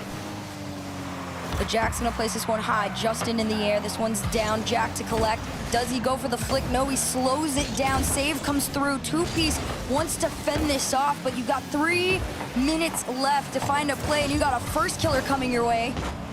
As Jack's the one to try and take a shot. It's too wide. The play's not here. Shots are being defended left and right, and Gen.G hold on for now. This is going to revolve around Two Piece. If they're going to drag this back, as brilliant as he's been the leading scorer in the whole tournament coming into this series. Apparently Jack stops Parth there. I mean, we all saw the 9-goal performance out of Parth, but it doesn't matter when you can't really even get any shots. Apparently Jack will steal one here, as Chronic and apparently Jack, look at this duo combining for yet another goal. It's too easy to them at this point to be opening up this path for any shot. They're just creating open nets at this point for each other, taking turns, everybody on this squad. And Shopify Rebellion left scratching their heads at what you can do to stop them. First Killer tries to take a shot. Justin denies it. Two Piece trying to carry it over. Bump comes through, but Chronic sends it back. Parth demoed for his efforts, and First Killer to clear this. Justin passed one under Chronic, but Chronic, another touch, actually sends it back. And Gen.G creating a wall of defense to slow down every inch that Rebellion takes towards their net. This has been a masterclass. I mean, the games have been close. It's not like, I mean, okay, game 1 was dominance from Gen.G, even though it was 1-0 in overtime. But it's not like Shopify Rebellion has been completely outclassed. The games have been close. Problem is, Gen.G has been performing under fire just a little bit better. sometimes a lot of bit better. Parth at least got this down in front. Two-piece coming on. Floater's going to go high and wide. Parth got that back out to Justin. Over to two-piece, the extra pass. Now Justin, two-piece lurking. Can they finish this off with a goal? No, two-piece came up completely empty. That forces Parth all the way back. So all that work, all those shots on or near the target, and Rebellion find themselves where they've been all series, defending Gen.G's shots. Now they move forward again. Justin denied by Jack. 40 seconds left. Gotta have something towards the net. Just get something on target at this point. They'll take it. This goes across though, and Gen.G can clear. You've got 30 seconds and a dream if you are Rebellion to try and keep your chances alive in the series. Two-piece up into the sky, pass over to Justin, wants to take a shot, gets sent off. Parth into the center, over back to Justin here, but first killer there to collect and clear. 10 seconds between Gen.G and a sweep over Rebellion into the grand finals. Chronic takes a shot. Parth and two-piece working their way to get around Jack. The clears try to come through, but this one's gonna hit the ground. Gen.G sweep for a chance at the grand finals against G2. Well, it's what we all thought coming into the weekend, and the only question was, could anybody stand in their way? 3 one-goal games. Shopify Rebellion hung with them. They held them as long as they could, but every single time, Gen.G found a way to sneak through. And in a relatively low-scoring affair, it is Gen.G that advances to take on G2. We will have First Killer and Atomic with 7 North American regional victories, but each going for their tie-breaking victory here. Somebody will get their 8th and stand alone atop the mountain. I don't even know what I would think having to go up against Gen.G after that performance. I would think, all right, let's go. Look at G2 on the other side. I don't think they're intimidated one bit by Gen.G. There is a load of talent in this grand final, and I can't wait to see it. Neither can I. Look at all of these. Just a chronic masterclass, by the way, at the beginning half of this series, but congratulations to Gen.G. It is Gen.G and G2 in the grand finals coming up. Don't go anywhere. You don't want to go anywhere.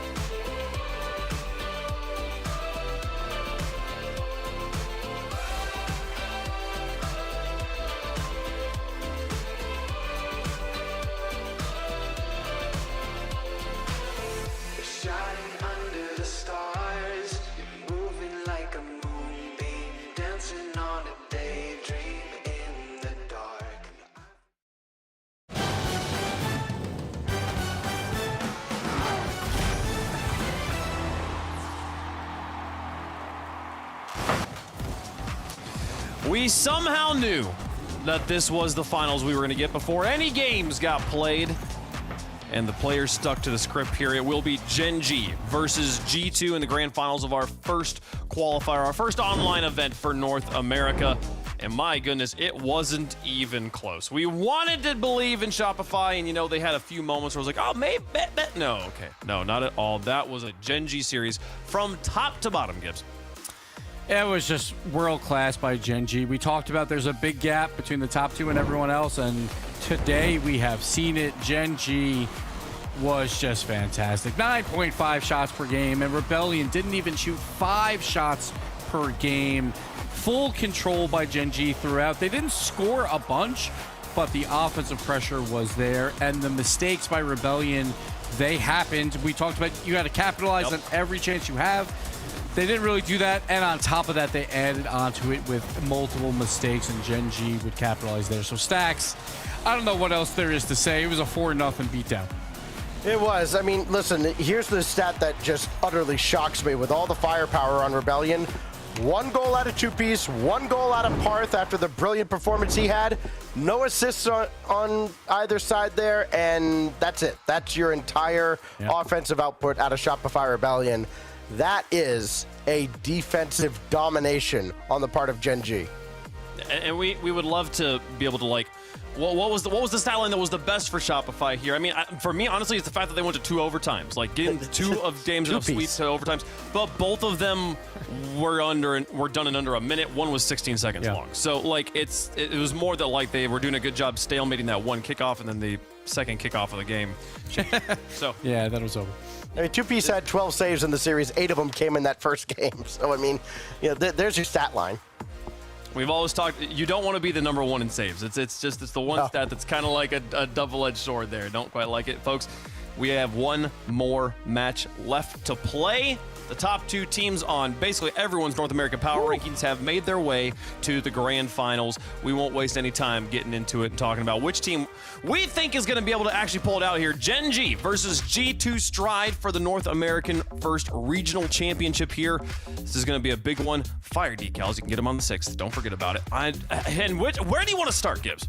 Oh, I want to start that we have waited so long for this matchup. The off-season tournaments, we saw Gen.G. They did not want to participate in them. G2 would occasionally participate, but just trying to work out their problems. But everyone knew, all the pros knew, pro power rankings split down the middle, 1 or 2 from every single one of them. These are your 2 best teams in North America. And we saw this as soon as we had these qualifiers. Let's just get to this final. I hope they don't meet on that first day because I just want it to mean everything. And now we have it. Your number 1A and your number 1B, and we'll decide number 1A here in 7 games, hopefully. You've got First Killer and Atomic each have won 7 North American regional events. Something's got to give here. One of them becomes the outright leader all-time in NA regional victories. I mean, what more can you ask for? You've got all this talk about consolidating talent in other regions, and North America goes, okay, we'll just consolidate all of it between Gen.G and G2. Here's the thing, when we have single elimination brackets, there's kind of a trend that if you have really close semifinals, you're going to have a blowout grand finals. We basically had blowout semifinals, so we should get Champions Field. Just say it. That's the US. What's the one thing I can ask for? Just give me Champions Field on this one so that we can go into the final, the rest of the few weeks of talking about it before we get to the next regional and have everyone still be like, well, no, this is just the one moment, and you know, in Game 7 when this happened, if that hadn't happened, then my boys would have won. Right? That's what I'm hoping we get to see. So Wave, really quick, we talked about that 3-0 curse of going through Swiss and making it to a grand finals. Well, that has been broken by G2. They went 3-0. They made it to a grand finals. That didn't happen all of last year, but only once in the past 2 years has a 3-0 actually won the entire tournament, and that was G2 in the 21 and 22 years. So it's been a while, but G2 has done it before. But Gen.G, this is a coin flip. I don't know which way to go, Wave, but we have to choose one. Okay, we do have to choose one. And I believe we can throw up our predictions here. We said it's a coin flip. It could go either way. No. All of us went for Gen.G. It sure went either way, didn't it? Well, hey, listen. I took Gen.G at the start of this whole thing. I said, listen, I think this is the best team in North America, so I have to pick them to win the first event. Okay. They're still alive. They are, like, G2 fans could not be happier right now. The death sweep in a coin flip, this is what they want. Gen.G, I think there's more talent on that squad. I think they are generally a more consistent team. I don't know if that really matters here, but I think there is more talent on that squad, even though G2, if they do peak and that Daniel Beast Mode duo, like, is popping, they can easily win this, obviously, but I think First Killer does not lose the first regional event. He wins them all the time. I'm going to go Gen.G. This is the age-old Rocket League question of which is better for G2, for Gibbs to pick them, or for Gibbs to pick against them, or for the Des to sweep against them. We don't know. Well, we're getting both of them here, so we'll see what happens, folks. They're the favorites in chat. They're the favorites on the Des. Gen.G's got everything going for him here, but G2 is absolutely no slouch. They are going to look to take it to this top team. One of these teams going to walk out as your North American regional champions. It's time to find out. The grand finals are next. Get up and get loud. It's game day.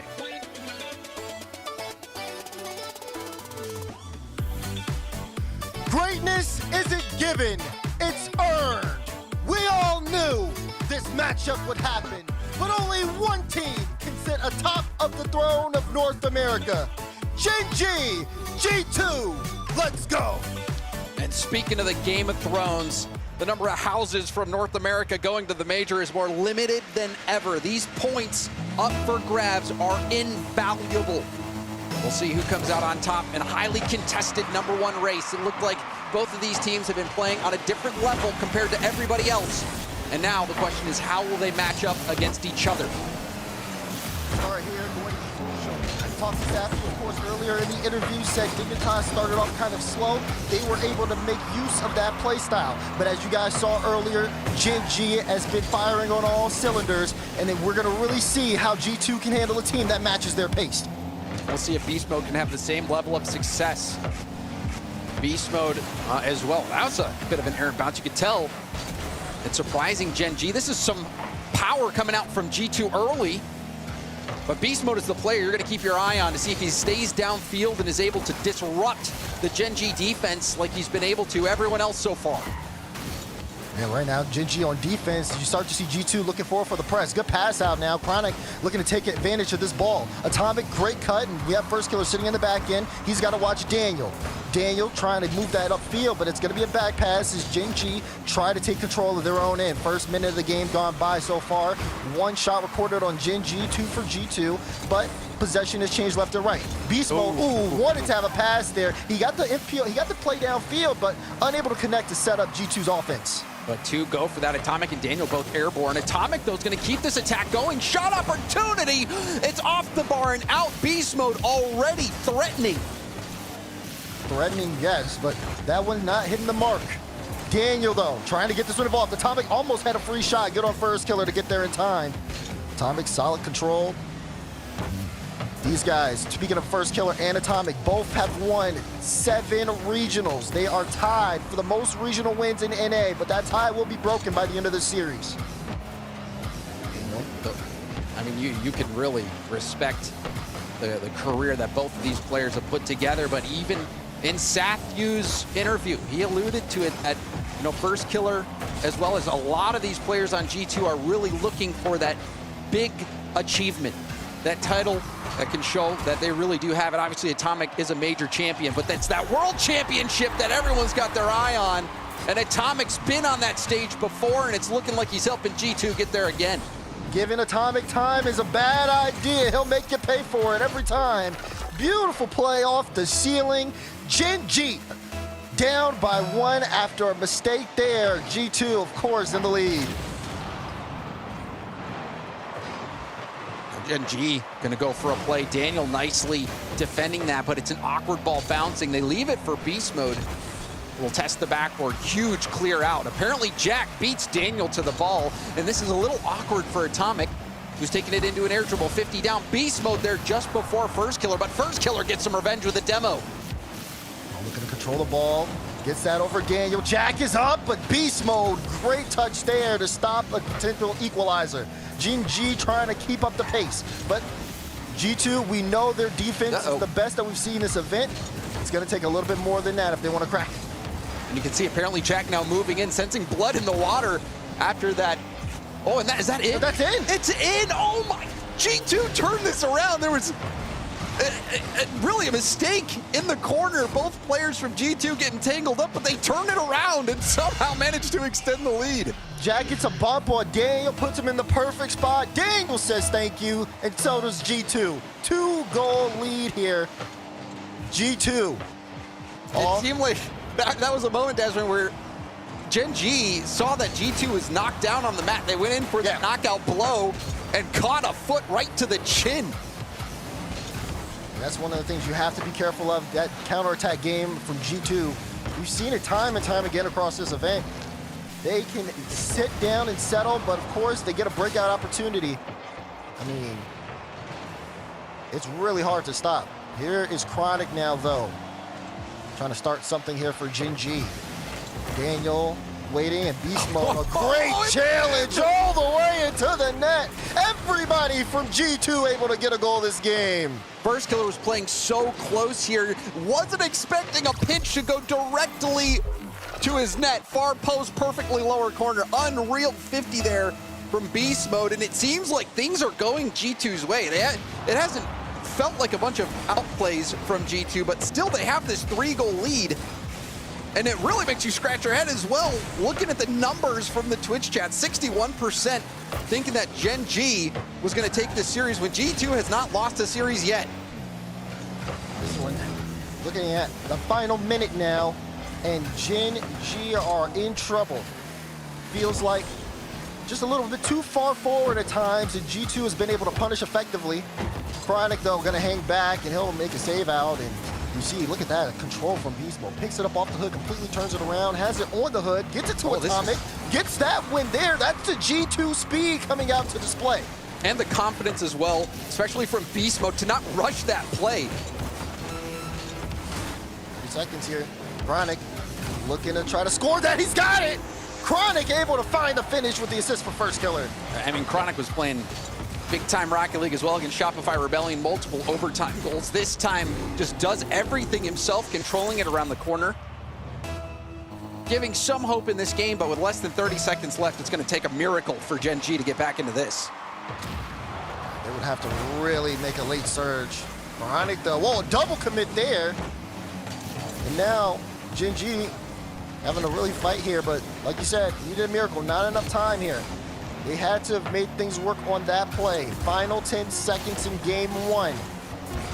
And G2 hit their mark. Everybody getting involved offensively. And Gen.G are going to have to go back to the drawing board.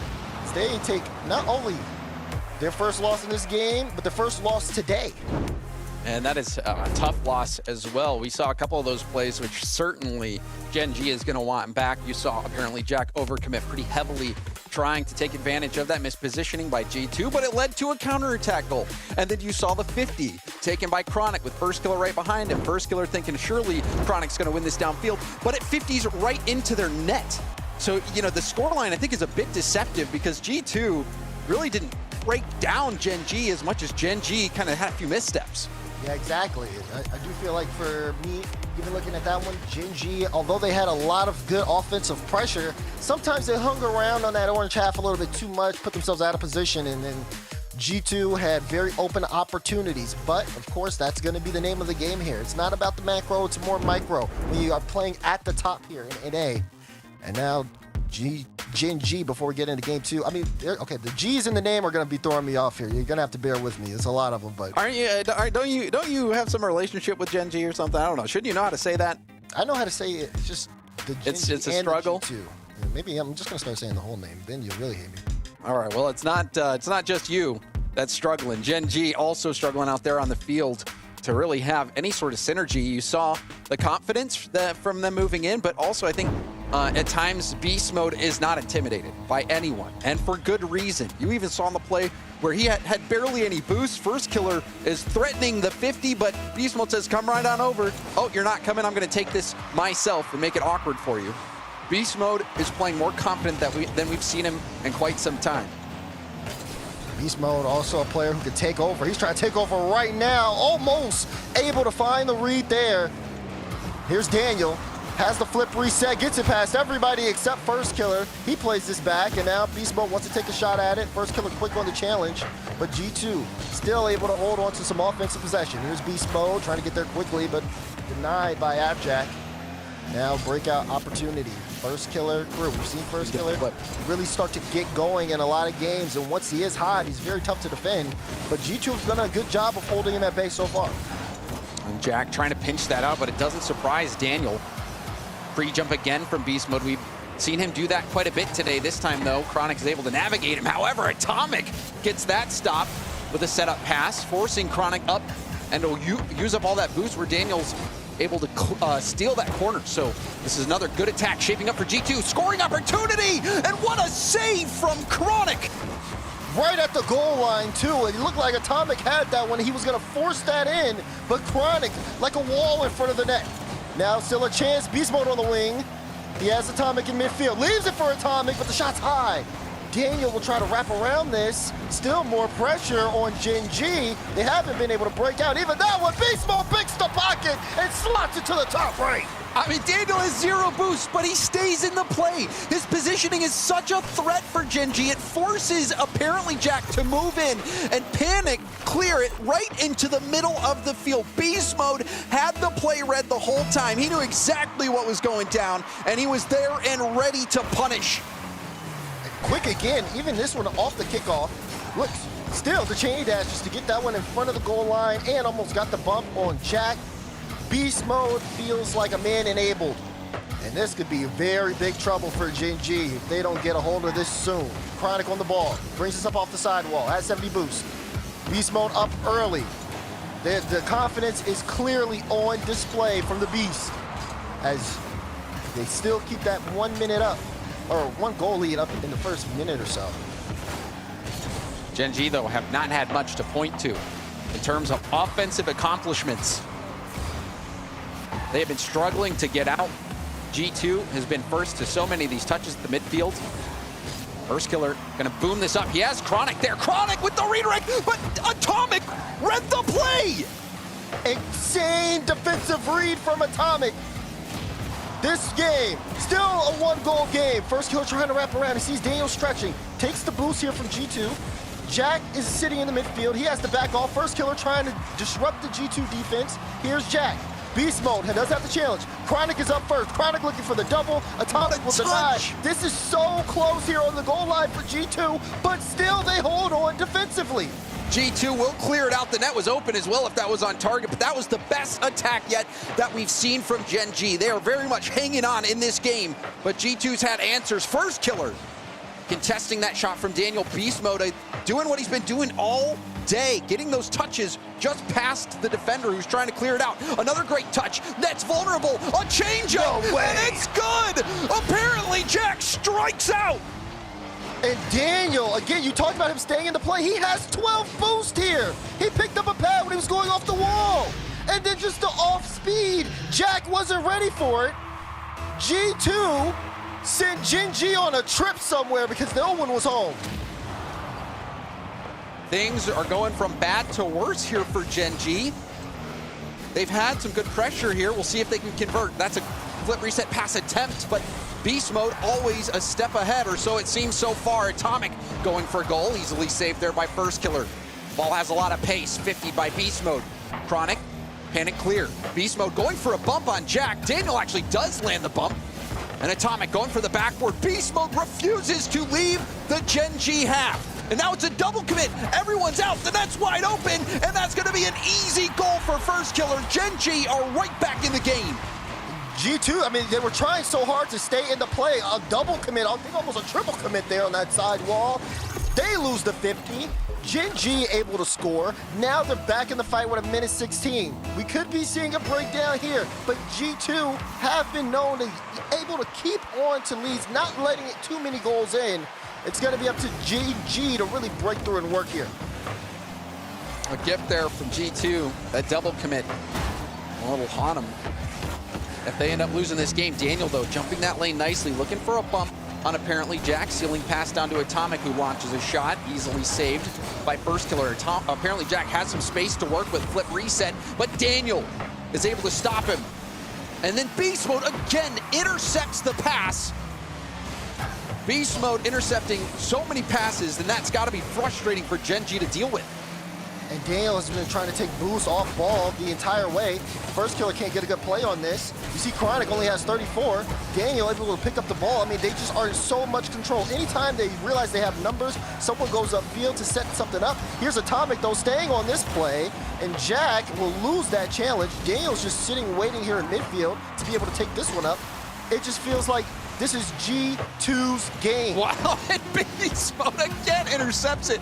And before this, Daniel's play at the midfield to slow down that counter was huge. Now they have one more counter attack to stop before it's Demo. Chronic, Demo. it's demoed. The ball was still up somehow, but now it finally touches the ground, and that is game in favor of G2 Stride, who have been handling Gen.G. Gen.G has not been able to get much of anything going, so much so that they're already calling a timeout. Gen.G is going to have to go to the drawing board. Yeah, this is tough for them to deal with. I mean, you see that pressure. It is no joke. Staying in the play, even in low boost situations, and it's just the threat of everybody on the G2 roster. They're just all working so well together. And I think that is the big point, is they're all working well together. And they, Daniel being that third man back, stopping the clears, taking the shots that come to him. And then Beast Mode, he's like a bull in a china shop. And unfortunately for Gen.G, they're a bunch of very fragile plates at the moment. Yeah, so now it's just taking that timeout. Past 2 games, it feels like Gen.G are just not effective offensively. How do you break through a team that no matter what you throw at them, they're ready to respond? The way G2 has been playing, that offense is tough to manage. If you slow down, you will get stuck. We saw it so many times, even Jack dropping a goal to Daniel, who only has 12 boosts, playing off speed. You can tell they want to play a quicker game, but G2, they don't need to worry about that. They just need to outplay Gen.G to the ball, and that's what they've been doing every time. I honestly haven't seen much worry in the windshields of G2. In fact, there's been many situations, especially Daniel late in that game, where he's just letting Gen.G drive past him. He's just faking it. He's saying, come on, I'll take the 50 if you've got enough guts to challenge me. But and you can see how fast Gen.G's trying to play, and it's causing problems for them. So this is where coaches really earn their paycheck. Gen.G has not had much success. They're gonna have to mix something up because it has been G2 domination pretty much since the whistle. You see here, Illusion. He teamed with First Killer way back when on FaZe Clan. They ended up winning their first regional in the fall split of, I believe, 2021 season. Now coaching him as well as this rest of this Gen.G roster. We'll see if there was any impact in the discussion. Game 3 is live. G2 up 2-0 in the series. Gen.G are gonna need some work if they want to turn things around, as G2 have looked unstoppable so far. Speed of challenge for Beast Mode already. Really nice. Chronic's actually backwards.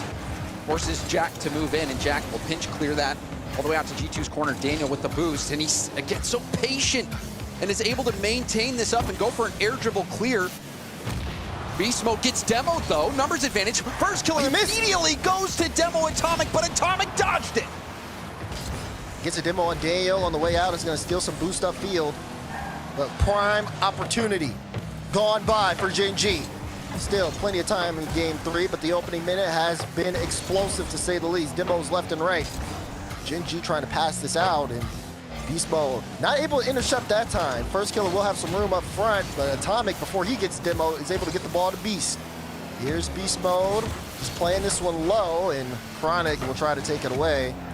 It seems like the pace of play has started to increase a little bit more in the midfield.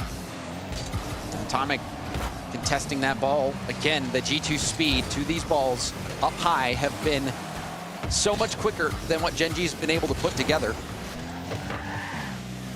Gen.G, you're gonna have to speed it up. There's another challenge. Daniel lays off it, gets the mid boost, and goes for a 50. This could be a chance though. There's the pass, intercepted again by Beast Mode. What a read from Beast Mode. I mean, his field presence, he's just been so aware of everywhere that the ball's gonna go. and he knows how to make the right play. That can be said for everybody on G2, but Beast Mode especially. His speed has been such a big factor in their success. Being able to read the ball, getting challenges efficiently, he set G2 up time and time again. You see Jack now trying to take the lead. The touch gets away from him. 50 on the goal line. His first killer, not going to be able to hit that redirect. And Daniel will try to clear this into midfield for now, but Chronic bringing it back in, and ball will bounce on the goal line. A little awkward there for Atomic, but he still wins the 50, forcing first killer away. First killer looking for a pass up to Jack. Jack will turn for it. Beast Mode lets him hit down. Beast Mode dodging the bump. Now 50 in Chronic. It's off the sidewall. Low boost for Daniel. First killer will hit it. And now pass it into the midfield, but nobody was ready for it. Another back pass, and the communication is not there for Gen.G.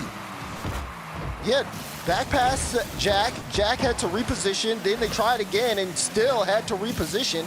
They end up making it out of that, but it is a sign of concern halfway through this game. Still scoreless, though, on both sides. I believe Gen.G has been able to stop G2's offensive pressure, only limiting them to a shot, but their offense needs work. There's the passing plays. Chronic, no, he can't get there in time, and Beast Mode will get the credit for the save. That was an inspired passing play from Gen.G, but now they'll have to fend off the counterattack. Daniel going for a pass, but a pre-jump from Chronic breaks it up. Atomic refuses to let First Killer have clean control. Apparently Jack with a 50. Beast Mode off the ceiling and do an air dribble. Daniel and Jack were in a roll one. Daniel ended up breaking it and peeling off. Now here's Atomic. Big pinch. And Jack and Chronic will both go in the air, and they'll both play off of it. Chronic got a piece of the ball, and Beast Mode still has been able to read it. He's been back and forth on top of the ball. Beast Mode! Way! Unleash the beast! My goodness! And this has to be so painful. There's no way apparently Jack is gonna read that play. It drops down right on his hood. And that has to be devastating for Gen.G, who have had many good opportunities, had looks, have had the pressure, and the only goal in the game being that one. That is gonna be really difficult to stomach for Gen.G. And they've got to shake it off quickly, though. Otherwise, they risk being on match point. And that one's gonna go in from Daniel. It's a 2-goal lead. The wheels are really falling off for Gen.G. Beast Mode, getting the slightest little touch, keeping First Killer occupied while Daniel comes in with the haymaker to get that insurance goal. This is unreal, Daz, how quickly this game turned on its head. It did. The way Gen.G looked offensively, it seemed like they had a chance. They were so close. There were just a couple of miscues. And then Disaster struck, or if Disaster has a name, Beast Mode did. He ended up forcing that error. Now in the final minute, G2 Stride are moving forward here unless we see a incredible turnaround. Oh no, man. Avert your eyes. Don't look at this one. Apparently Jack had full boost, jumped right as the touch came and realized that there's no way he's getting to that ball. That is gonna sting. Wow. This is, I mean, I don't even know what to say here at this point. Gen.G have looked good in this tournament up to this point, but now it just feels like the pressure's, it feels like the pressure's getting to them. It does, and you know, it looks a little hopeless out there right now, at least for Gen.G, with how not only they've not been able to put much together offensively, but the way they've gotten scored on. Atomic going for a double. That's going to be cleared off the goal line, but this game was a really tough one to witness for Gen.G, Daz. And you see G2 now, as the clock ticks down, just going to play it around. They don't need to do anything else. Complete control on the side of G2. They look like a consistent, well-oiled machine as they have this series on match point. And it's been a beatdown up to this point. I mean, it almost reminds you of that old Rocky movie where you just see Rocky getting beat up over and over and over again. And I don't know if Rocky's going to win this time. G2 has been landing some serious blows, and then not only have they been able to outplay Gen.G at times, but you have those moments where it feels like RNG plays a factor, and when they continue to play a factor and they continue to not go your way, That is a really difficult thing to overcome. It is, especially at this stage. I think everybody going into this matchup really expected fireworks here. And it just feels like you're getting that from G2. On the other side with Gen.G, it just feels like they are really struggling to figure this all out. Now they're in the toughest spot you could be in a best of 7 against a team like G2, down 0-3. Only option is to reverse sweep. You've already used your timeout. Man, the desk really couldn't have got this one more wrong. So. But, you know, we laugh, but the reality is the game's not over yet. We saw even in the Swiss stage a few teams reverse sweeping, but those were best of 5. To do it in a best of 7 is going to be really difficult, especially with a G2 who has not dropped a series in this qualifier. Backs against the wall. No room for error. Gen.G are going to have to leave it all out there game by game. G2, at this point, they just have to keep things going. I mean, the way they've looked, there's not much they need to change. I think it's certainly just keep doing what you're doing for G2. It's been working. Already first 30 seconds have gone by. First killer got a little bump on Atomic, but Beast Mode went up as well. He was totally ready to take control of that ball, expecting the bump out of first killer. Atomic leaves this one. You see Daniel coming in. Atomic will take the back boost. Daniel just playing the low 50s. Atomic a little late to this one, so it pops out. First killer trying to play the 50 mid.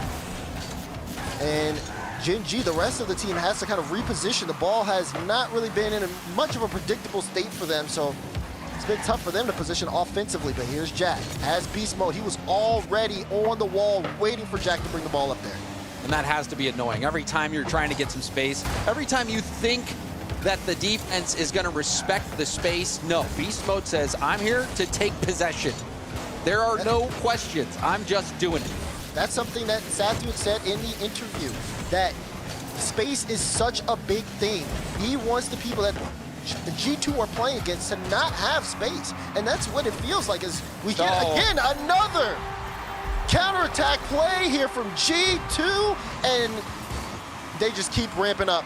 And I think you might need to send apparently Jack some roses, maybe some candy to recover from how devastating this day has been, to come so close to breaking up that play and not being able to do it. Yeah. Gen.G, they're sinking. Yeah, it doesn't look good even on the side of Jack. I mean, we've seen that same position from him twice now. And you can tell that the team wants to play so much more forward, but then the ball gets past somebody and you see what happens. G2, no strangers to this. They've been doing this to teams the entire event. Save. They have been. Maybe that save from Chronic as well will help the comeback. Only 2 goals scored up to this point for Gen.G. Gibbs said that it's, wait, hold on. Oh. Daniel with another goal. And you know, I might as well say it. Gibbs said that it was the top 2 and then everybody else. And I'm starting to believe there's G2 and everybody else. It certainly looks that way, James Bott. I mean, that 50 from Atomic, he brushes past 2, gets the double on that, and then Daniel, great follow-up. They just look unstoppable. First killer, though, he'll get one. Oh, first killer. This could be the moment where they stop the bleeding and start to heal. And also a great play from apparently Jack. You saw the wall dash into the bump. There's no way that ball's getting through unless apparently Jack makes that play. Yep, great individual work there on the sidewall, pushing it forward, and good positioning from first killer. Beast Mode, first killer denies it at the goal line. Like he's up and over. Gen.G not out of it yet. Daniel, though, goal line save. Halfway through this game 4, Gen.G show life as they fight to stay in this grand final. And apparently Jack was able to snag that corner boost right before that clear out. This is another good attack. That shot going to be wide from Chronic. Apparently Jack trying to turn and contest. Now first killer loses that challenge to Daniel. The G2 speed getting the better of Gen.G there. Daniel now leaving this for Atomic. Atomic, high pass across the goal. Nobody makes contact. I think Jack a bit surprised, as well as Atomic. Now ball high up, Atomic uncontested. Will go for a goal, and that's a save by Chronic. Daniel going back towards the net, but Couldn't get around it enough. Pass over to Jack. Jack will take it. Goes for the demo, and it's still saved. Atomic, he dodges bumps, he dodges demos, and he just makes the play. And Daniel, well, Big Musty, he was trying to score that. Beast Mode trying to wrap around a chance here. First killer, no, he can't make contact. Beast Mode gets bumped. Chronic with the shot. Atomic, another block out. And G2 Stride will start to move forward. Atomic almost able to finish this one. But Gen.G still holding on.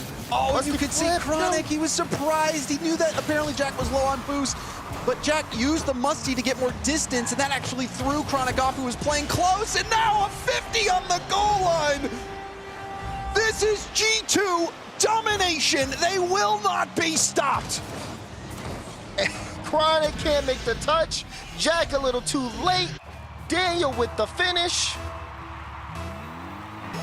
Even when you see signs of life from Gen.G, it just motivates G2 to turn things up to another level. Look at the pacing there from Beast Mode. He's just all over it. Who is gonna beat him in the air? I hope everyone can still remain friends after this series. Beast Mode, some of the stuff he has pulled off would make me a little bitter. First killer, a little slow. Here's Chronic. Trying to control this one. 50 towards the midfield. Daniel gets the flick, and Jack trying to keep this one from his own end. Atomic, though, puts a shot on. First killer denies. Chronic trying to get this downfield quickly. Atomic takes out Jack in the back end, and First killer has to go all the way back downfield. It's less than 30 seconds. Down by 2. As G2 are looking to sweep. Beast Mode almost was able to submit it for sure. Final few seconds in regulation. One last play here for Gen.G, and Atomic cuts it out. And my goodness, total domination. Number 1, there are no questions now. It's G2 Stride. G2 win it all here in North America, and they are the undisputed #1 team in the region. If you have a question, just no. This was so dominant when we were expecting it to be close. Everybody was saying it's G2 and Gen.G, even the pros. We asked them to submit their power rankings. G2 and Gen.G tied at #1. Tied at #1. Well, Dazarin, I don't think we're tied anymore. Not at all, not at all. G2, with that victory, as dominant as it was, 4-game sweep on Gen.G in the grand finals. There is no denying how well that team played. And my goodness, when you see a team that looks as strong as they do, you really wonder who can take them down. And I guess I'll just jump the gun a little bit. I know we're not the analysts right now, guys. But, you know, does NA have a chance now? Or can we play EU? Can we beat them? Does NA have a chance? Or will EU continue to dominate? Well, after seeing what G2 brought out today, if you're a fan of North America, that has to give you some hope. Yeah, it does. It really does. I mean, so efficient. The pressure is great. They give teams no space. They also are very effective on and off ball. Even Daniel, some plays that most people wouldn't even think to go for, he does go for it, and it pays off big time. I mean, we haven't seen a weakness in them yet, James. Well, I wouldn't go as far as to say that, because we have seen them push to their limits against Luminosity. And that's why I think many people in the chat had given Gen.G the edge. But when it came down to game time to win it all, G2 rose above. And man, they answered every question we have. But wait, maybe we'll get a few more questions. Let's throw it over to the desk and find out. The undisputed kings of North America are G2 Stride. If you have any dispute, no, you don't. You don't get no. We will not receive any comments right now. It is clearly G2, and I don't know. So here's my question though, Gibbs. Is this G2 just being that much better than Gen.G in your mind, or was this a Gen.G collapse? Because it was a little. It felt like maybe a little bit of both. I feel like it was a little fluky, and we should run it back. No, G2. Like, it was definitely both. Like, we saw G2, they were so incredibly fast. Not only were they fast, they were predictive. They knew where the ball was going at all times, all three members, especially Beast Mode, and then Atomic with some great saves as well. But apparently Jack, he looked lost on the field half the time. There were some own goals happening. There was a ton of mistakes for all of them. And it is definitely a mixture of both, but you have to credit G2. It's because of the pressure they were putting on. It's because they were reading literally everything, that Gen.G was on the back foot at all times, and mistakes will happen even to the very best team stacks. G2, the target is clearly on their back now. They are number one in North America. Yeah, let me give you a demonstration of that series. I got Gen.G, I got G2. That's it. Wow. That's Okay. that's what it was. We did say, we were talking about it during the G2 match against Dignitas, like that the reason it was so one-sided was Daniel, was many things, but it was primarily G2's speed. They were just so much faster. It felt like they were outpacing Gen.G through this entire match as well, Stacks. Yeah, it was great to see Beast Mode and Daniel playing to their full potential as well. I feel like we actually hadn't seen it yet. We'd seen a lot, especially in the Swiss, where they were running into each other. And I was just like, wait a minute. This is like NRG in London in the finals all over again. Every single time down the pitch, they stayed out of each other's way. That was peak G2. Now, maybe. I mean, you don't want to say they've peaked in the first event of the season because you want something left over for the lands. But, boy, that's as good as we've ever seen them. And that's what we talked about with G2. When these three came to a squad together, we were like, so if they peak, they can beat literally everyone in the world, but can they do it consistently? Well, one tournament down, they definitely have. They went perfect through this tournament. Sure, there were some uphill battles on day one, maybe a couple game fives that maybe they shouldn't have been in, but they figured it out relatively quickly, and they look like one of the best in the world. So we'll see if they can do it again. It is very difficult to win back-to-back tournaments in Rocket League. Only Vitality, obviously, that perfect split into a perfect major. It doesn't happen often. Every single team is going to be gunning for them, but for now, yes, they look above everyone else. It is very difficult to go undefeated in a regional event like this, but they pull it off here. 3-0 in Swiss, 3-0 in the bracket. They drop 2 games in the bracket here. And we'll see if they can bounce back and do it again. It's not even a bounce back at that point. If they can continue on with this head of steam they've got in the next event. But still, there's very few players that can attest to having won an entire regional from beginning to end without dropping a match. First Killer is one of them. FaZe did it last season one time.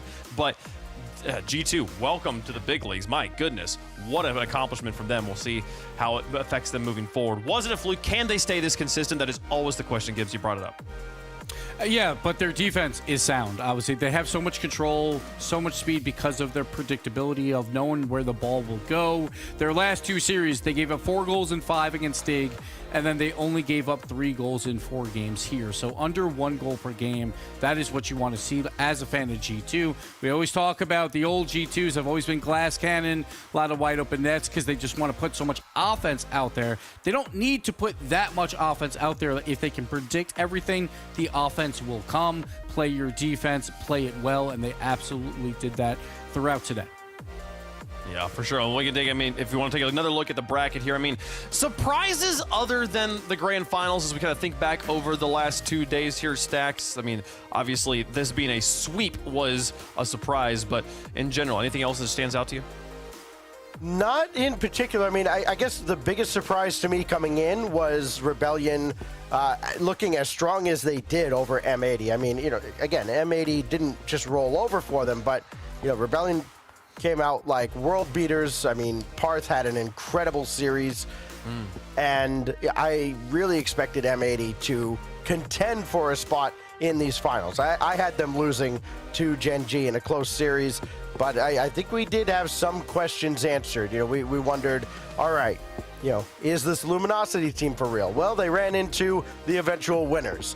What are we getting out of this Dignitas squad? I actually rated them and Space Station very highly. Dignitas went a little bit deeper because Space Station ran into the other finalist. So there's still some questions that are left unanswered as we get into the second event. Yeah. But remember, these teams still have to get to this point. Nobody just gets a free walk in the park to the Swiss and playoff stage. So I'm going to be very interested to see how the qualifiers pan out next time around. Now, Gibbs, we talked about points at the beginning of the show during the pre-show.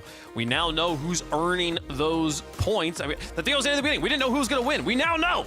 G2 up on top with 16 points here. Gen.G, I mean, second with 12.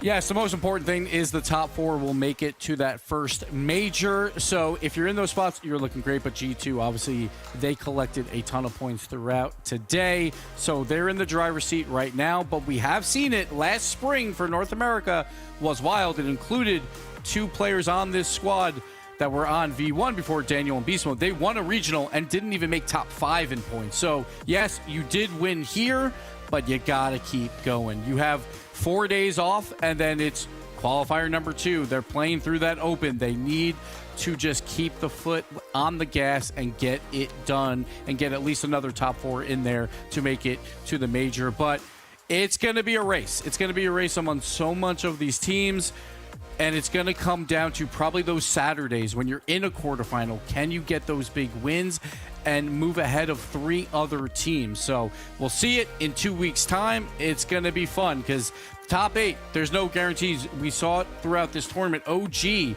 was considered a top 4 team for the pros, and they're sitting there in dead last with 3 points. So anything can happen on any given day. So I'm excited for the next qualifier. Next qualifier coming up quicker than you know it. Make sure you got your calendars out. You're writing them down, folks. We have Europe coming up next week. It'll be a lot of fun. But, man, fantastic performances from all of these teams. Thinking back through the Swiss, I mean, obviously stacks like OG Esports, probably the biggest surprise of the weekend that they are so far down this list. But for the other teams, the teams we weren't talking about as much coming into the event, the plot twists, the deleted, the young whippersnappers, even Pirates on a Boat, the snowmen, to see them all up there in the top, was that top 8 to 15 or so that they were in. I mean, well done to those teams, and excited to see how they evolve and how they improve over the next few weeks here. But enough from us. Actually, I want to hear from the players. We are ready to talk with some of the winners from today. Beast Mode, standing by with Herc. Beast Mode, my goodness, I haven't seen you in so long, for starters. You had the most insane offseason, and we got to talk about it, right? You came out of ending it at Gamers Day winning, and then now you come through, you don't drop a single series on your new team with G2. What are the feelings? I mean, I'm just feeling better than ever. We waited a long time to just playoffs yes again, and the fact that we won the first event, it just makes you happy because I mean honestly this one I believe that we can win all 3, and I'm pushing for the perfect sweep in the regionals. So but yeah, I'm just super excited, and the off season was pretty crazy as well. But yeah, I'm just excited. I gotta ask you about this. Did you expect to have the run that you had in the very first open qualifier and in the playoffs? I mean, honestly, yeah. With the team that the team that we have, I feel like you can always expect it. But obviously, you always gotta stay humble and know that each match is not gonna be easy, whether we play whoever it is. But I definitely expected us to be in the finals at least with our team. So, yeah, I mean, I would say I expected it for sure. Now, those of us that have been fans of you for a while, we've watched you and Daniel back in your version 1 days, right? And you two have now come on to G2, and you're still continuing the duo alive. What was that like? What is it like to see Daniel kind of grow up before you, and especially given the series that he had, because he had so much impact in that last one? What was that all like?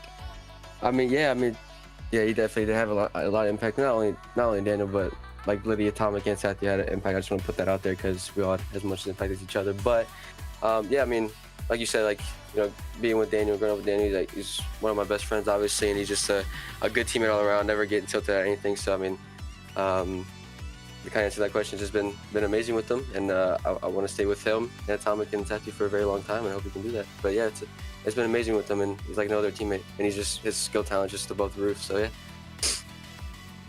Well, hopefully we will all continue to see you for a very, very long time. You've still got a couple more qualifiers before potentially making one of the first lands, and I can see the smile on your face even at the thought of it. Before, headed into the next one, I know a lot of people have the question, 4-0ing a team like Gen.G. A lot of people are going to ask you, was it a fluke or anything like that? Is this the beginning of the most consistent G2 roster we've probably ever seen, or do you feel like there was an aspect maybe of, Gen.G not performing at their best? Honestly, I think it's a combination of both. I think we all can agree that Gen.G, I don't want to give any, hate, but I think they know they could have played a lot better. And it honestly didn't feel too hard. Honestly, I thought it would be much harder. No hate or anything like that towards them. I know they can play a lot better, and I know. But to answer your question about us being consistent, I definitely think you're going to be seeing us consistent at the top. It's just going to take hard work and dedication. Nothing's going to come easy at all. But I think it's a mixture of both of those things, and yeah. Well, we're all very, very proud of you and the team, and congratulations again. Good luck next week. Congrats on this win from this week, and we will see you next time. Thank you. G2 are the North American champions. They will defend their title 2 weeks from now when we have our Open Regional number 2 for North America. Now, James started to kind of get to this question a little bit early, Stacks, but I feel like it's worth asking. NA versus EU. Is this grand finals good or bad for that storyline for us? I don't know. Well, I mean, you look at as well as G2 played, I think both these teams were clearly a cut above the rest in North America. They took on all comers, and then when they ran into each other, G2 was just an absolute buzzsaw. I think the biggest thing to take away from this is for all the other NA teams, you want to be offensive juggernaut, you want to get a ton of shots, you want to play this fast offensive style. 6.11 shots conceded per game. That's G2. Gen.G, 6.75. They played more games than anybody other than Shopify Rebellion in this tournament. That's how you're going to compete, not just against the best in NA, but the best in the world. Defense wins championships. Everybody else in NA needs to take note. That's some fantastic analysis, Stacks, but you super didn't answer my question here. Absolutely not. Wait. Because they're the only two teams that I think can compete with Europe. Now is it just one team that can compete? That's the I think it's still the two teams. I think that Gen.G can compete with the rest of the world, but they don't want to see G2 anytime soon. All right, baby steps, NA. All right, baby steps. Make a top 4 first at an international land again, and then we'll start talking. All right, the last 2 have not gone well. Spring Major and the World Championship were basically EU regionals. So, baby steps. I do think that this squad can do it because it is G2, but we also know what happened last spring. Daniel and Beast Mode won a regional, didn't even qualify for that major. So there's still a lot of work to be done, but I do expect G2 and Gen.G to compete. Do I think they beat Europe? No, I do not think so, but I do think that they have the potential to be at least a top 4 team. Maybe not yet, but we get not yet. Just remember, Gen.G lost the first regional grand finals last time around. They won that major. Throw that out there too. It's true. If they make 3 regionals in a row again here, like 3 regional finals in a row, and manage to win it, sure, they got it. They always got a chance. This is NA's Revenge Tour Europe. Believe we're gonna make it happen this time, folks. Let's take a look at again. We just completed the first of our regionals. We have 2 more open qualifiers here, regional events, online events before we get to that first major. We'll do that 2 times, and then we'll get to that World Championship at the end, folks. It's been a great day. We appreciate you all tuning in with us. We'll be live again on Wednesday for First Touch, 11 a.m. Pacific, right here on twitch.tv/Rocket League, as well as the YouTube channel, folks. And then at 10 a.m., well, actually, the time might be earlier. It's probably an earlier time start. But in the morning on Friday, you will have the European first qualifier kicking off, folks, right here. Make sure you stay tuned to socials to get the exact time and details on when you can catch that broadcast. Thank you so much for watching. We'll see you guys next time.